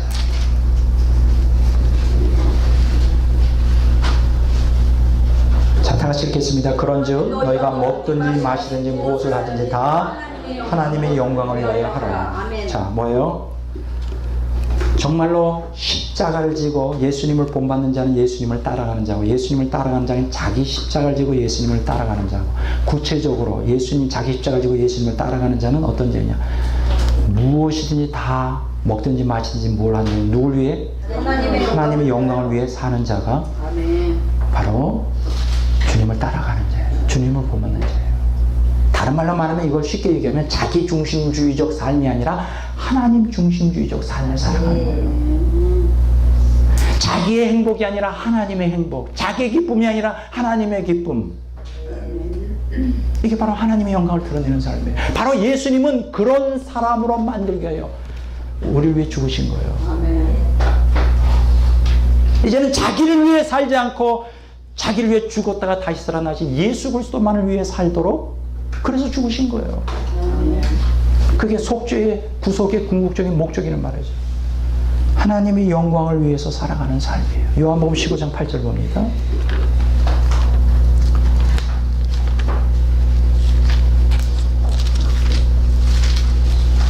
요한복음 15장 8절 다 같이 읽어보겠습니다. 너희가 열매를 많이 맞으면 내 아버지께서 영광을 받을 것이요 너희는 내 제자가 되리라. 보세요. 하나님의 영광을 받으려면 그냥 하나님의 영광 받으십니다. 뭐 있어야 돼요? 열매. 내가 부자로 살아야 하나님의 영광 받나요? 내가 가난하면 하나님이 욕 돌리는 건가요? 아버지 망신, 가부시키 망신 뭐. 저는 어느 기도원에 자주 갔는데 거기서 매번 그것만 얘기하더라고요. 내가 그 뭐 사업이 실패하고 내가 뭐 이렇게 잘 가난하면 아버지 망신, 가부시키가 뭔지 모르겠네요. 일본 말인가? 예? 함께라는데 일본 말이에요. 뭐 아버지 망신, 가부시키 망신인데 그러면서 자꾸만 그 기도원에서 그거 가르치는 거예요. 부자가 되라고. 그리고 모든 게 성공해야 된다고. 근데 글쎄 뭐 그때는 그런 줄 알았어요. 근데 지금 보니까 그게 아니더라고. 하나님이 뭘 통해 영광 받으시는 거예요? 내가 이 세상에서 꼬리가 되지 않고 머리가 되면 영광 받으시나요? 그래서 야 내가 하나님 믿었더니 예수 믿었더니 이렇게 잘 살게 됐어. 병도 고치고 내가 세상에 출세하게 됐어. 옛날엔 옛날에 토큰이라는 게 있었잖아. 토큰 가지고 다니다가 지금 에쿠스 타게 됐어. 그런 간증하는 장로가 있더라고. 또 토큰에서 에쿠스까지. 그래가지고 예수 믿기 전에 이제 토큰을 아주 절절하게 가난하게 살다가 예수 믿고서는 에쿠스를 타는 큰 사장이 됐다는 거예요. 그러면 하나님이 영광 받으시나요? 여기서 성경의 요한복음 15장 8절의 영광은 뭐냐? 열매를 맺어요. 그럼 여기서 말하는 열매가 뭡니까?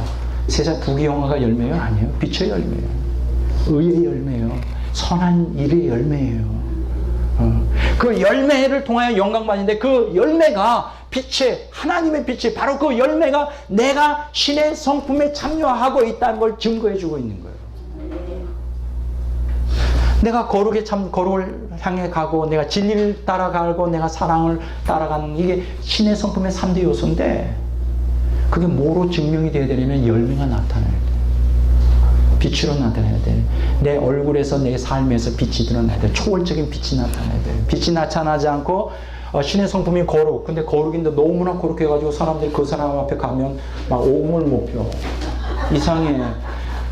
불교에서 그 제사 지낼 때 향불 냄새가 나. 그 향불 냄새는 그건 아니잖아요. 아주 향기로운, 막 나를 매료하는 그 루도프 오토가 얘기한 어떤 초월적인 경외감을 불러일으키는 너무 가까이 가고, 여러분 꽃집에 가면 그 향기가 나듯이 막 가고 싶은 거야. 그 사람하고 있으면 달콤한 냄새가 나는 거야. 그렇게 향기인데, 이상하게 거룩하게 된다는데 마치 그 불교에서 그 목탁들 이렇게 그 향불 피워놓잖아요.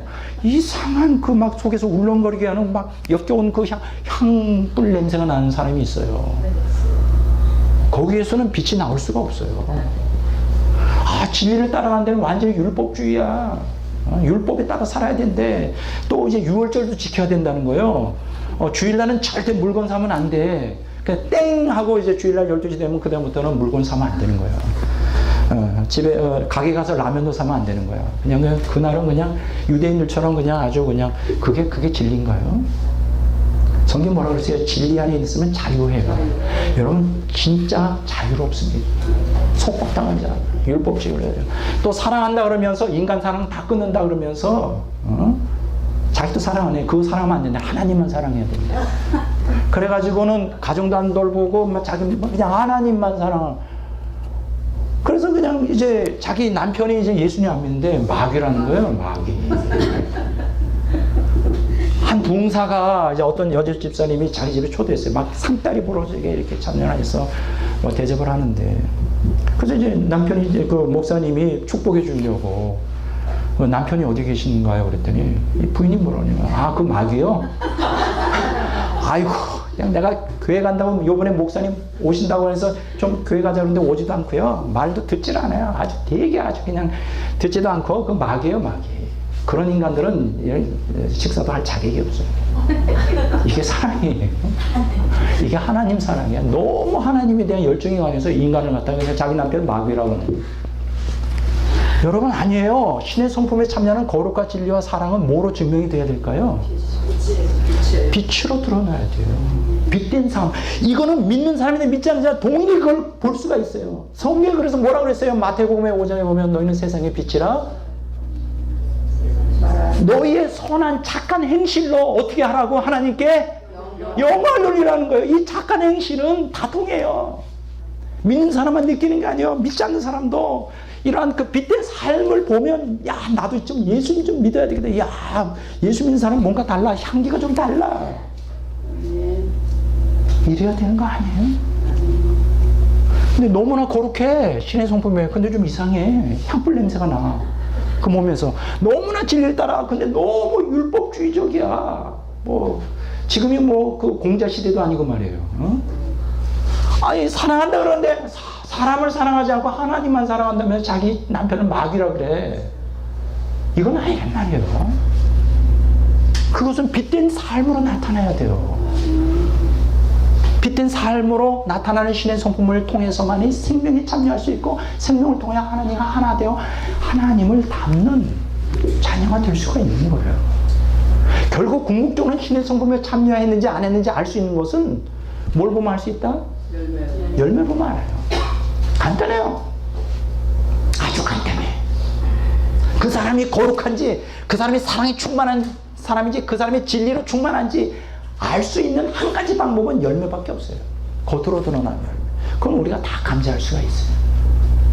처음에는 속일지 모르지만 주도적으로 그 사람을 집중적으로 관찰하고 그 사람과 함께 살다 보면 다 드러나게 돼 있어요. 가짜는 숨길 수가 없어. 신의 성품에 참여한다면 거룩과 진리와 사랑을 참여한다면서 어두운 가운데 있어. 아주 거룩과 진리와 사랑을 가지고 산다 그러면서 성경적으로 산다 그러면서 어둠 속에 행하는 자가들이 있어요. 이 어둠이 도대체 뭐예요? 이게 죄잖아요, 죄. 아주 완악해. 자기 중심적이야. 아주 거칠어, 인격이. 그러면서 자기 안에는 거룩하대. 그런 자기는 진리와 사랑을 갖고 있대, 하나님에 대한. 이건 가짜예요, 가짜. 여러분들 대하는 사람마다 향기를 느껴야 되고 빛을 보고 저 사람 보면 예수님 보는 것 같아. 이렇게 돼야 돼요. 정도의 차이가 있을지 모르지만. 자, 하나님의 영광을 드러내는 삶이 열매로 증명이 됩니다. 자, 그러면 제가 오늘 이제 첫 시간을 이제 거의 이제 끝나게 되었어요.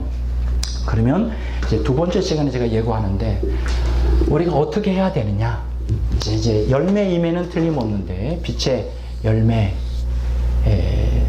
좀 한 구절만 더 보도록 하겠습니다. 에베소서 한번 보겠습니다. 에베소서.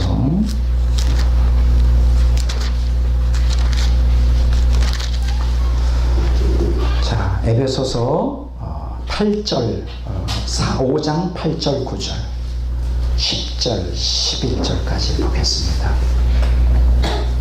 찾으셨어요? 에베소 5장 8절, 9절, 10절, 11절 다 같이 읽겠습니다. 너희가 전에는 어둠이더니 이제는 주 안에서 빛이라. 빛의 자녀들처럼 행하라. 빛의 열매는 모든 착함과 의로움과 진실함이 있느니라. 주를 기쁘시게 할 것이 무엇인가 시험하여 보라. 너희는 열매 없는 어둠의 일에 참여하지 말고 도리어 책망하라. 제가 지금 하고자 하는 얘기가 여기 다 나와 있죠. 여기 보면 우리가 전에는 어둠이었다는 거예요. 근데 지금은 빛이고 빛의 자녀라는 거예요. 그러면 빛의 열매는 세 가지가 있어요. 뭐예요? 착함, 의로움, 진실. 자, 착함은 어디서 나오는 걸까요? 사랑에서 나와요. 착함은 사랑에서 나와요. 인자함, 자비스러움, 사랑. 그리고 진실함은 어디서 나오는 걸까요? 진리에서 나오죠. 진리.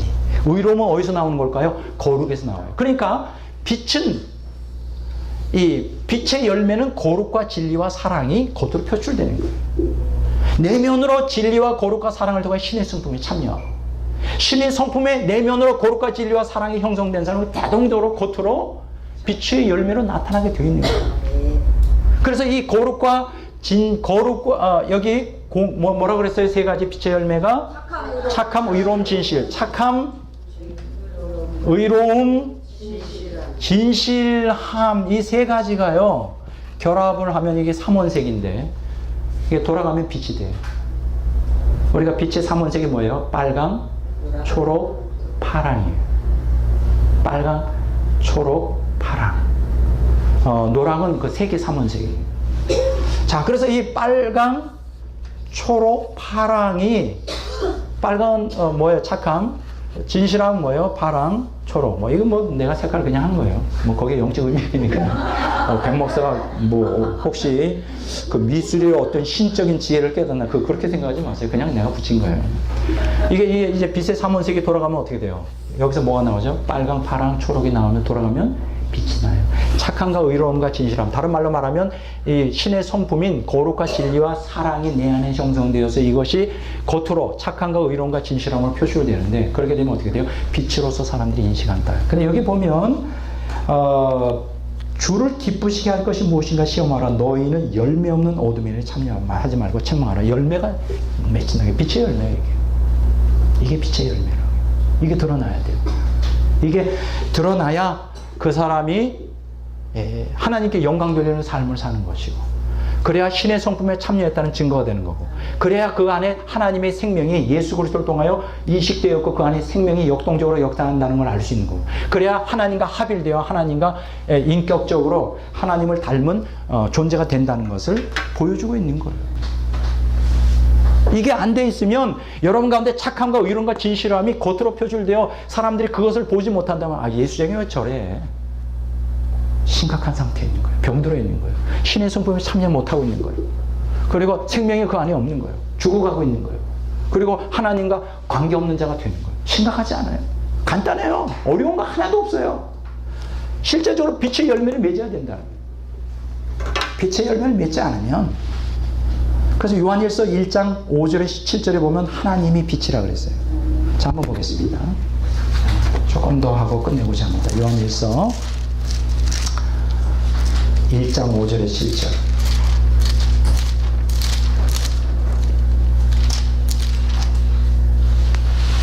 같이 읽겠습니다. 우리가 그에게서 듣고 너희에게 전하는 소식은 이것이니 곧 하나님은 빛이시라.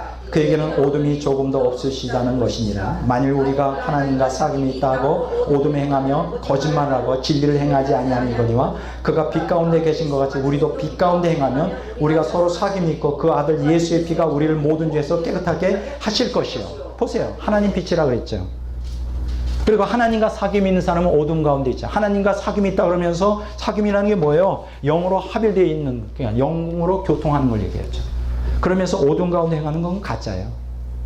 하나님이 빛 가운데 있는 것 같이 우리도 빛 가운데 행하면 우리가 서로 사귐이 있어요. 성부, 성자, 성령과 코미니온, 영적인 교통이 있어요. 그리고서 중요한 얘기가 있어요. 그렇게 할 때 예수의 피가 우리를 모든 죄에서 깨끗하게 하는 거예요. 아멘. 그럴 때 예수의 속죄의 피가 우리를 더욱 빛 가운데 행하는 사람들에게 더욱 정결하게 하는 거예요.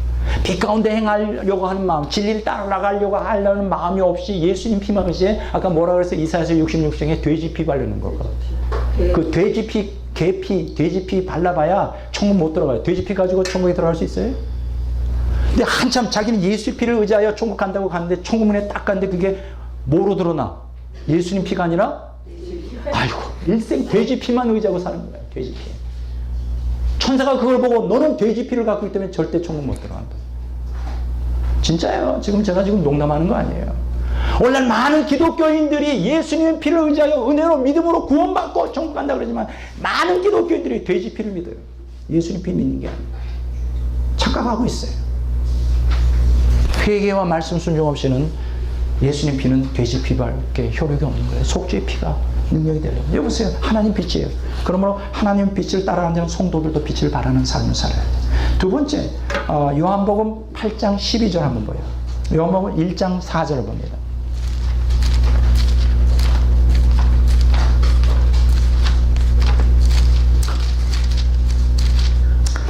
다시 읽어보겠습니다. 그 안에, 자, 찾으셨어요? 요한복음 1장 4절. 그 안에 생명이 있었으니 이 생명은 사람들의 빛이라. 보세요. 그 안에. 여기서 그는 누굽니까? 예수님이죠. 예수님 안에 뭐가 있어요? 생명이 있어요. 근데 그 생명에서 뭐가 나올까? 빛이 나와요. 생명에서 빛이 나와요. 생명에서 빛이 나온다는 것은 신의 성품이 내 안에 내재되어 있는 신의 성품이 겉으로 표출된다는 거예요. 자, 그런데 여기 보세요. 예수님 안에 빛이 있어요. 예수님 안에 생명이 있어요. 근데 요한복음 8장 12절 봅니다.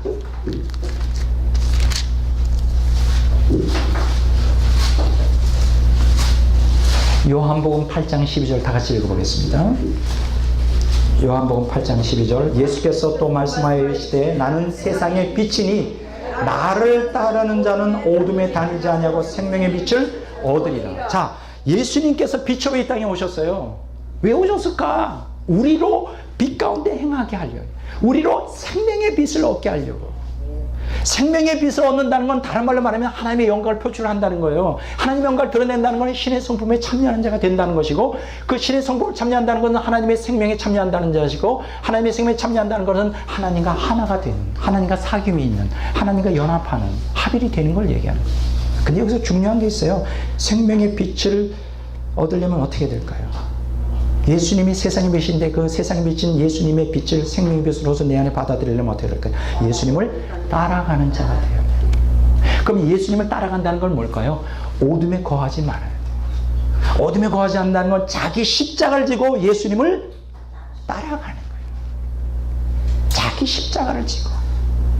자, 이제 점점 뚜렷해지고 있어요. 어떻게 그러면 나의 십자가를 지고 예수님을 따라가야 될까요? 예수님을 나를 십자가를 지고 자기를 부인하고 예수님이 십자가를 지어야 예수님을 따라가는 것이고, 예수님을 따라갈 때 세상의 빛인 예수님을 통하여 생명의 빛을 얻게 되고, 그리고 생명의 빛은 그것은 겉으로 표출되는 것인데 그것은 신의 성품인 거룩과 진리와 사랑에 형성되었기 때문에 나오는 것이고, 이 거룩과 진리와 사랑이 형성될 때 하나님의 생명이 내 안에 있다는 증거이고, 그럴 때 하나님과 코뮤니언 사귐이 있고 하나님과 하나가 됐다는 증거인데, 그럼 어떻게 해야 될까?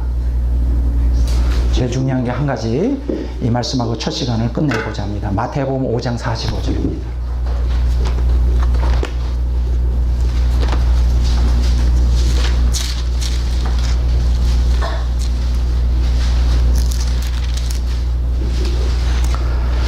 마태복음 5장 45절입니다. 같이 읽겠습니다.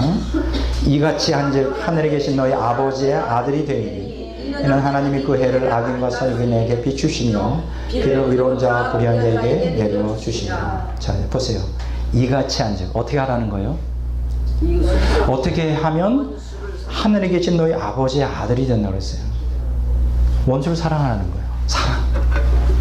사랑의 정말 대단히 위대한 것은 원수까지 사랑하는 거예요. 그게 바로 아가페 사랑이에요. 여러분, 오늘날 많은 기독교인들은 아가페 사랑을 할 수 없다고 말을 해요. 그건 하나님만이 하실 수 있다. 여러분, 할 수 있어요. 아가페 사랑할 수 있어요. 이걸 뭐라고 말하느냐면 휴먼 아가페라고 그래요. 제가 아주 제일 좋아하는, 또 가지고 나왔지만 뉴 테스터먼트 워즈라고 하는 윌리엄 바클레이의 헬라어 그 원어를 해석해 놓은 책인데, 이거는 정말 제가 애용하는 책이에요. 이 책을, 여기 보면 아가페라고 하는 명령에서 우리는, 많은 기독교인들이 착각해요. 우리는 타락했기 때문에 절대로 우리는 아가페 사랑을 할 수 없대요. 물론 맞습니다. 우리는 타락한 인간의 본성을 갖고 있기 때문에 내 의지만 가지고 아가페 사랑할 수 없어요. 그러나 성령이 내게 임하고 속죄의 은총으로 말미암아 하나님의 생명이 임하고 신의 성품에 참여하면 아가페 사랑을 할 수 있어요. 이걸 이 사람이 여기서 뭐라 하느냐, 휴먼 아가페라는 거예요. 인간 아가페. 인간 아가페는 인간을 향하여 쏟을 수 있는 거예요. 우리 기독교인들이, 그래서 예수님이 이런 말씀하셨잖아요. 요한일서에 예수님이 우리를 위해 목숨을 바쳐 죽은 것처럼 우리도 형제를 위해 목숨을 바치는 것이 마땅하다. 할 수 있어요. 예수님이 아가페 사랑으로 우리를 죄를 위해 죽은 것처럼 우리도 그렇게 할 수 있다고. 어떻게 할 수 있을까요? 갈라디아서 5장 22절, 로마서 15장 30절에 보면, 갈라디아서 5장 22절에 보면 성령의 열매가 사랑이잖아요. 사랑과 희락과 화평, 사랑. 로마서 15장 30절에 보면 뭐라고 나왔어요? 성령의 사랑이라고 그러잖아요. 성령을 통하여, 성령의 지배하에서 우리는 아가페 사랑을 할 수가 있습니다. 여기 이런 얘기 있어요. Christian agape is unnatural in the sense that it is not possible for the natural man. 그러니까 기독교인의 아가페 사랑은 자연인, 그러니까 불신자들에게는 가능하지 않아요. 이거는 unnatural, 이건 자연적인 것이 아니에요. 이건 초월적인 하나님의 사랑이다. 근데 이거 보면 크리스천 아가페라고 그랬어요. 따라서 합시다. 크리스천 아가페. 크리스천 아가페. 크리스천 아가페 is impossible for anyone except a Christian man. 그러니까 크리스천 기독교 아가페는, 아가페 사랑은 기독교인이 아니고서는 절대로 가능하지 않은 일이에요. 그런데 여기서 내가 얘기하는 모든 기독교인이 그러면 아가페 사랑할까? 절대 그렇지 않아요. 근데 여기 보세요. 여기 이렇게 이와 같이 행하면, 이와 같이 한즉 하늘에 계신 내 아버지의 아들이 된다는 건 무슨 뜻이냐? 하나님의 아들이 된다는 거냐? 아니에요. 여기 보면 원어에 보면 이렇게 나와 있어요. Such a love makes a man like God. 이와 같이 원수까지도 사랑하는 사랑을 하면 하나님을 꼭 빼닮은 인간이 된다. 자, 자녀가 된다. 자, 따라서 합시다. 하나님을 닮은 자녀가 된다. 여기서 저는 이렇게 말하고 싶어요. 하나님을 꼭 빼닮은 자녀. 아멘. 하나님을 꼭 닮은 자녀. 아멘. 이와 같이 한즉 하늘에 계신, 이걸 갖다가 번역하면 이렇게 말할 수 있어요. 하늘에 계신 너희 아버지를 닮은 아들, 하나님의 속성을 가진 아들, 하나님의 신의 성품을 가진 아들, 하나님의 신의 성품을 통하여 착함과 의로움과 진실함을 나타내고 하나님의 영광을 드러내는 하나님의 초월적 빛을 발하는 진짜 아들, 하나님을 꼭 닮은 아들. 여러분들이 하나님을 꼭 닮은 아들입니까? 딸입니까? 닮아야 돼요. 닮아야 돼요. 하나님을 닮은 자녀가 되어야 돼요. 하나님의 신의 성품을 담고 하나님의 빛을 드러내는. 그러면서 여기서 뭐라 그랬어요? 이제 너희의 빛을 이방 사람에게, 그렇죠? 아까 그 마태복음 5장에 나오잖아요. 16절에. 빛을 사람 앞에 비추게 하여 너희 착한 행실을 보고 하늘에 계신 너희 아버지께 영광 돌리라. 여기 마태복음 5장, 아까 다시 말합니다. 45절에 보면 이같이 한즉 하늘에 계신 너희 아버지의 아들이 된다. 아버지를 꼭 빼닮은 자녀가 된다. 아버지를 꼭 빼닮은 자녀가 되는 거예요. 하나님의 속성을 가진 자녀가 되는 거예요. 어떻게 하면? 사랑하면. 근데 여러분, 아가페 사랑이, 여러분 오늘 기독교인들도 아가페 사랑할 수 있어요. 성령을 통하여, 하나님의 생명을 통하여. 근데 아가페 사랑이 도대체 뭔가요? 그거는 은사로 보여주는 걸까요? 잘 들으세요. 제가 조금만 더 하고 끝냅니다. 곧 끝냅니다. 어떻게 해야 아가페 사랑을 할 수 있을까요? 도대체 아가페 사랑이 뭘까요? 사랑을 갖다가, 하나님의 사랑을 은사라고 생각하는 사람이 있어요. 아니에요. 제가 읽어드릴게요. 아가페 has to do with the mind. 아가페라는 것은 내 마음과 관계되어 있다. It is not simply an emotion which rises unbidden in our hearts. 아가페 사랑이라는 건 단순히 우리 마음속에 자발적으로 일어나는 어떤 감정이 아니다. It is a principle by which we deliberately live. 그것은 우리가 의도적으로 그렇게 결단하여 살아가는 하나의 원리다. 잘 들으세요. 아가페 사랑이라는 건 그냥 하나님이 사랑의 감정을 줘서 하는 사랑이 아니에요. 아가페 사랑은 원수까지도 사랑하고 무조건적인 사랑하고 무조건적으로 희생하여 죽는 사랑인데, 그거는 그런 감정이 아니에요. 아가페, 여기 보세요. has supremely to do with the will. 아가페라는 것은 궁극적으로는 의지하고 관련되어 있는 거예요. It is a conquest, a victory, achievement. 이것은 승리이고, 이거는 정복이고 성취예요. 그럼 뭐에 대한 승리예요? 자기를 이겼을 때, 자기를 부인하고 십자가를 졌을 때, 자기를 십자가 지고 고통이라 할지라도 옛사람의 모습대로 하지 않고 새 사람 안에서 하나님 말씀에 순종하면서 하나님을 따르려고 십자가를 질 때, 그래서 conquest예요. 정복이에요. 죄를 정복했을 때 승리예요. achievement. No one ever naturally loved his enemy. 어느 누구도 자기 본성 가지고 자기 원수를 사랑할 수는 없어요. To love one's enemies. 원수를 사랑한다는 건 뭐냐? It's a conquest of all our natural inclinations and emotions. 우리의 자연적인 성향과 감정을 정복했을 때만 가능해요. 맞지 않습니까? 기독교인이라고 원수를 사랑할 수 있어요? 절대 아니에요. 기독교인이라고 자기를 내어주는 사랑할 수 있어요? 아가페 사랑할 수 있어요? 절대 아니에요. 기독교인이 어떻게 되냐? 투쟁을 해야 돼요. 죄와 싸워야 되는 거예요. 십자가를 져야 돼요. 그럴 때만 하나님께서 도와주셔서 은혜 가운데, 성령 가운데 아가페 사랑을 할 수 있는 거예요. 이해가 되세요? 여러분 투쟁하셔야 돼요. 말씀 순종하기 위하여, 죄를 회개하기 위하여 피눈물 흘리는 투쟁의 역사가 있는 거예요. 해야 돼요. 사랑할 수 없는 사람을 사랑하는 게 능력이에요. 이 아가페 사랑이 뭐냐? It is in fact the power to love unlovable, to love people whom we do not like. 아가페 사랑이 뭐냐? 사랑할 수 없는 사람을 사랑하는 능력이에요. 아가페 사랑은 능력의 파워예요. 하나님의 능력이에요. 또 우리가 좋아하지 않는 사람들을 사랑하는 능력이에요. 이렇게 말합니다. 아가페 사랑은, 아가페 is the spirit which says, 다음과 같이 말해요. No matter what any man does to me, 누가 나에게 어떻게 나를 대하든지, I will never seek to do harm to him. 그에게 어떤 해도 내가 끼치지 않겠다. I will never set out for revenge. 나는 그에게 복수를 행하지 않겠다. I will always seek nothing but his highest good. 오직 나는 그분이 잘 되기만을, 그분이 온전히 선하게 되기만을, 최후의 선을 내가 추구하겠다. 이게 아가페 사랑이에요.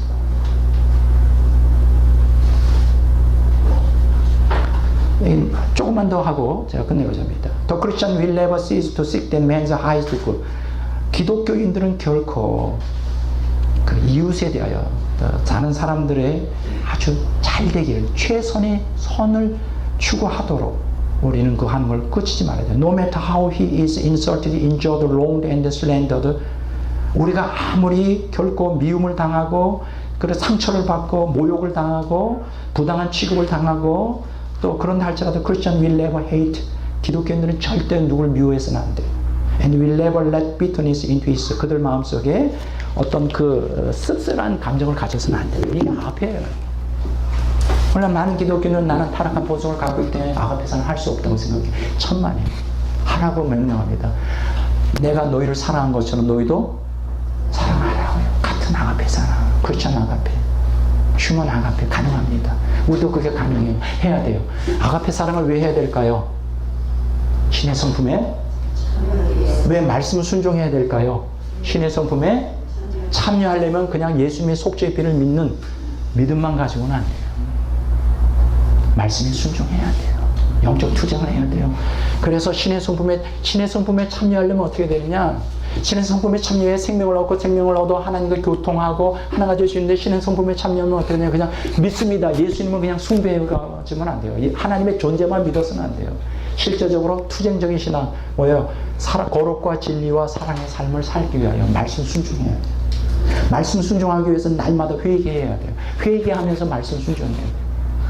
거룩하라, 진리 가운데 행하라, 사랑하라고 하는 이 말씀을 하지 못하는 것에 대해서 내 가슴을 치고 회개하면서, 통탄하면서 말씀에 순종하려고 죄와 날마다 자기 십자가를 지고 자기 부인하려고 투쟁하는 삶을 살아야 돼요. 그래서 말씀 순종 없이 구원이 없는 거예요. 말씀 순종하지 않으면 신의 성품에 절대로 참여할 수 없습니다. 말씀 순종하지 않으면 하나님의 생명에 절대로 참여할 수 없습니다. 말씀 순종하지 않고는 하나님과 하나가 되는 게 불가능해요. 말씀 순종하지 않고는 이 하나님 빛을 발하는 게 불가능해요. 그래서 말씀 순종 없이 구원이 없는 거예요. 단순히 믿는다는 고백만 가지고 천국 못 들어가는 거예요. 그게 오늘날 기독교의 실상이에요. 말씀 순종 안 합니다. 회개 안 합니다. 그래서 오늘날 기독교인들이 하나님의 영광의 빛을 드러내지 못하고 있어요. 많은 대다수 기독교인. 그건 뭐냐? 그들 안에 신의 성품이 형성이 안 됐다는 거예요. 그건 뭐냐? 그들 안에 생명이 없어요. 기독교 안에 생명이 없어요. 지금 대다수가 하나님과 아무 관계가 없어요. 그래서 이게 오늘 기독교 현실이에요. 한국 기독교만이 아닙니다. 유럽은 거의 다 죽어가고 있어요. 이번에 제 교단이는 교단장이 아주 충격적인 얘기를 했습니다. 이번에 방학 동안에 230명의 신학생들, 교수님들이 영국을 방문했대요. 아주 거의 기절할 뻔했대요. 영국의 큰 교회들이 지금 다 문을 닫았다. 술집으로 바뀌고, 사회복지재단으로 바뀌고, 이슬람 사원으로 바뀌고, 교회가 문을 닫았대요. 왜 문 닫는 거예요, 교회가? 생명이 없어요. 이런 현상이 유럽 교회를 지금 장악하고 있고, 지금 미국 교회를 지금 점점 잠습에 들어가고 있고, 한국 교회 역시 멀지 않았어요. 한국교회 지금 분명히 말씀드렸죠. 점점 죽어가요. 본질을 지금 뭐가 문제, 왜 교회가 생명이 없는지에 대한 본질을 아는 사람이 거의 없어요. 그냥 전도만 열심히 하면 된다 그래. 그게 살리는 길이야. 은사를 받으면 된다 그래. 은사를 제가 부인하는 거 아니에요. 전도 부인하는 게 기도만 하면 된다는 아니에요. 회개해야 돼요. 말씀 순종해서 신의 성품에 참여해야 돼요. 그래서 빛을 나타내고 그래서 하나님의 생명에 참여하여 하나님과 깊은 교통 가운데 그거 하지 않고는 나도 살 수 없고 세상도 살 수가 없어요.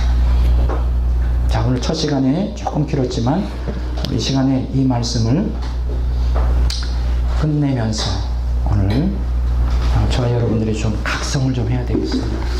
자, 오늘 제가 시를 가지고 2개를 가져왔어요. 짧기도 하고 둘 다 너무나 중요하기 때문에 첫 번째 시를 읽고 끝내도록 그렇게 하겠습니다. 이 땅을 살아갈 때 조수정. 먼저 사랑하고 끝까지 바라보게 하소서. 감각 없는 자로 편히 살기보다 가슴에 통증 더 많이 간직하여 오직 당신께 위로를 얻게 하소서. 사랑은 계산할 수 없는 것, 섭섭한 것은 기억하지 않으며 받은 상처 털어버리고 도주지 못해 애타는 한 가지 마음.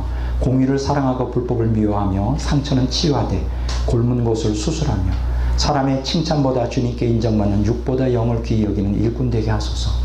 주님과 사람 앞에 꺼리낌 없으며 유창한 달변보다 진실한 마음으로 감정의 충동보다 성령의 지시대로 유익이 아닌 순종의 사람이게 하소서. 대중의 지지 잃고 모든 사람 떠나도 성과가 없으며 실패자가 되어도 좁은 길 고집하며 진리를 따르나니 오직 한 분 주 위에 살아가게 하소서. 오해를 받고 인정을 못 받아도 변명하지 않으며 탓하지 않으며 말보다는 행동으로 인내와 순결로 처음과 시작이 늘 한결같게 하소서. 아멘. 기도하겠습니다. 아버지 하나님, 오늘 말씀을 들었습니다. 왜 하나님 말씀 순종 없이 구원이 이루어지지 못하는지 자세하게 우리가 설명을 들었어요. 아버지 하나님, 불쌍히 여겨주세요. 한국교회를 궁일히 여겨주셔요. 아버지 하나님, 참된 복음의 진리가 뭔지 못 깨닫고 그저 피상적인 신앙에 그저 탐욕대로 살며 천국 가기를 갈망하는 대다수의 기독교인들 불쌍히 여기소서. 그래서 저들이 지옥 가지 않고 참된 하나님의 자녀답게 예수님을 꼭 빼닮고 하나님 아버지를 꼭 빼닮은 하나님의 자녀로서 빛된 삶을 나타내고 신의 성품에 참여하여 생명에 충만한 성도 되게 하도록 우리 사역자들을 일깨워 주소서. 아버지 하나님, 오늘 시간 우리를 불쌍히 여기소서. 우리를 긍휼히 여기소서. 한국교회를 불쌍히 여기소서. 하나님, 이 기독교를 불쌍히 여기소서. 아버지 하나님, 그리하여 진리 가운데 빛 가운데로 나올 수 있도록 회개의 역사가, 말씀 순종하는 역사가 일어나게 하여 주시옵소서. 감사합니다. 예수 그리스도 이름으로 기도를 드립니다. 아멘. 자,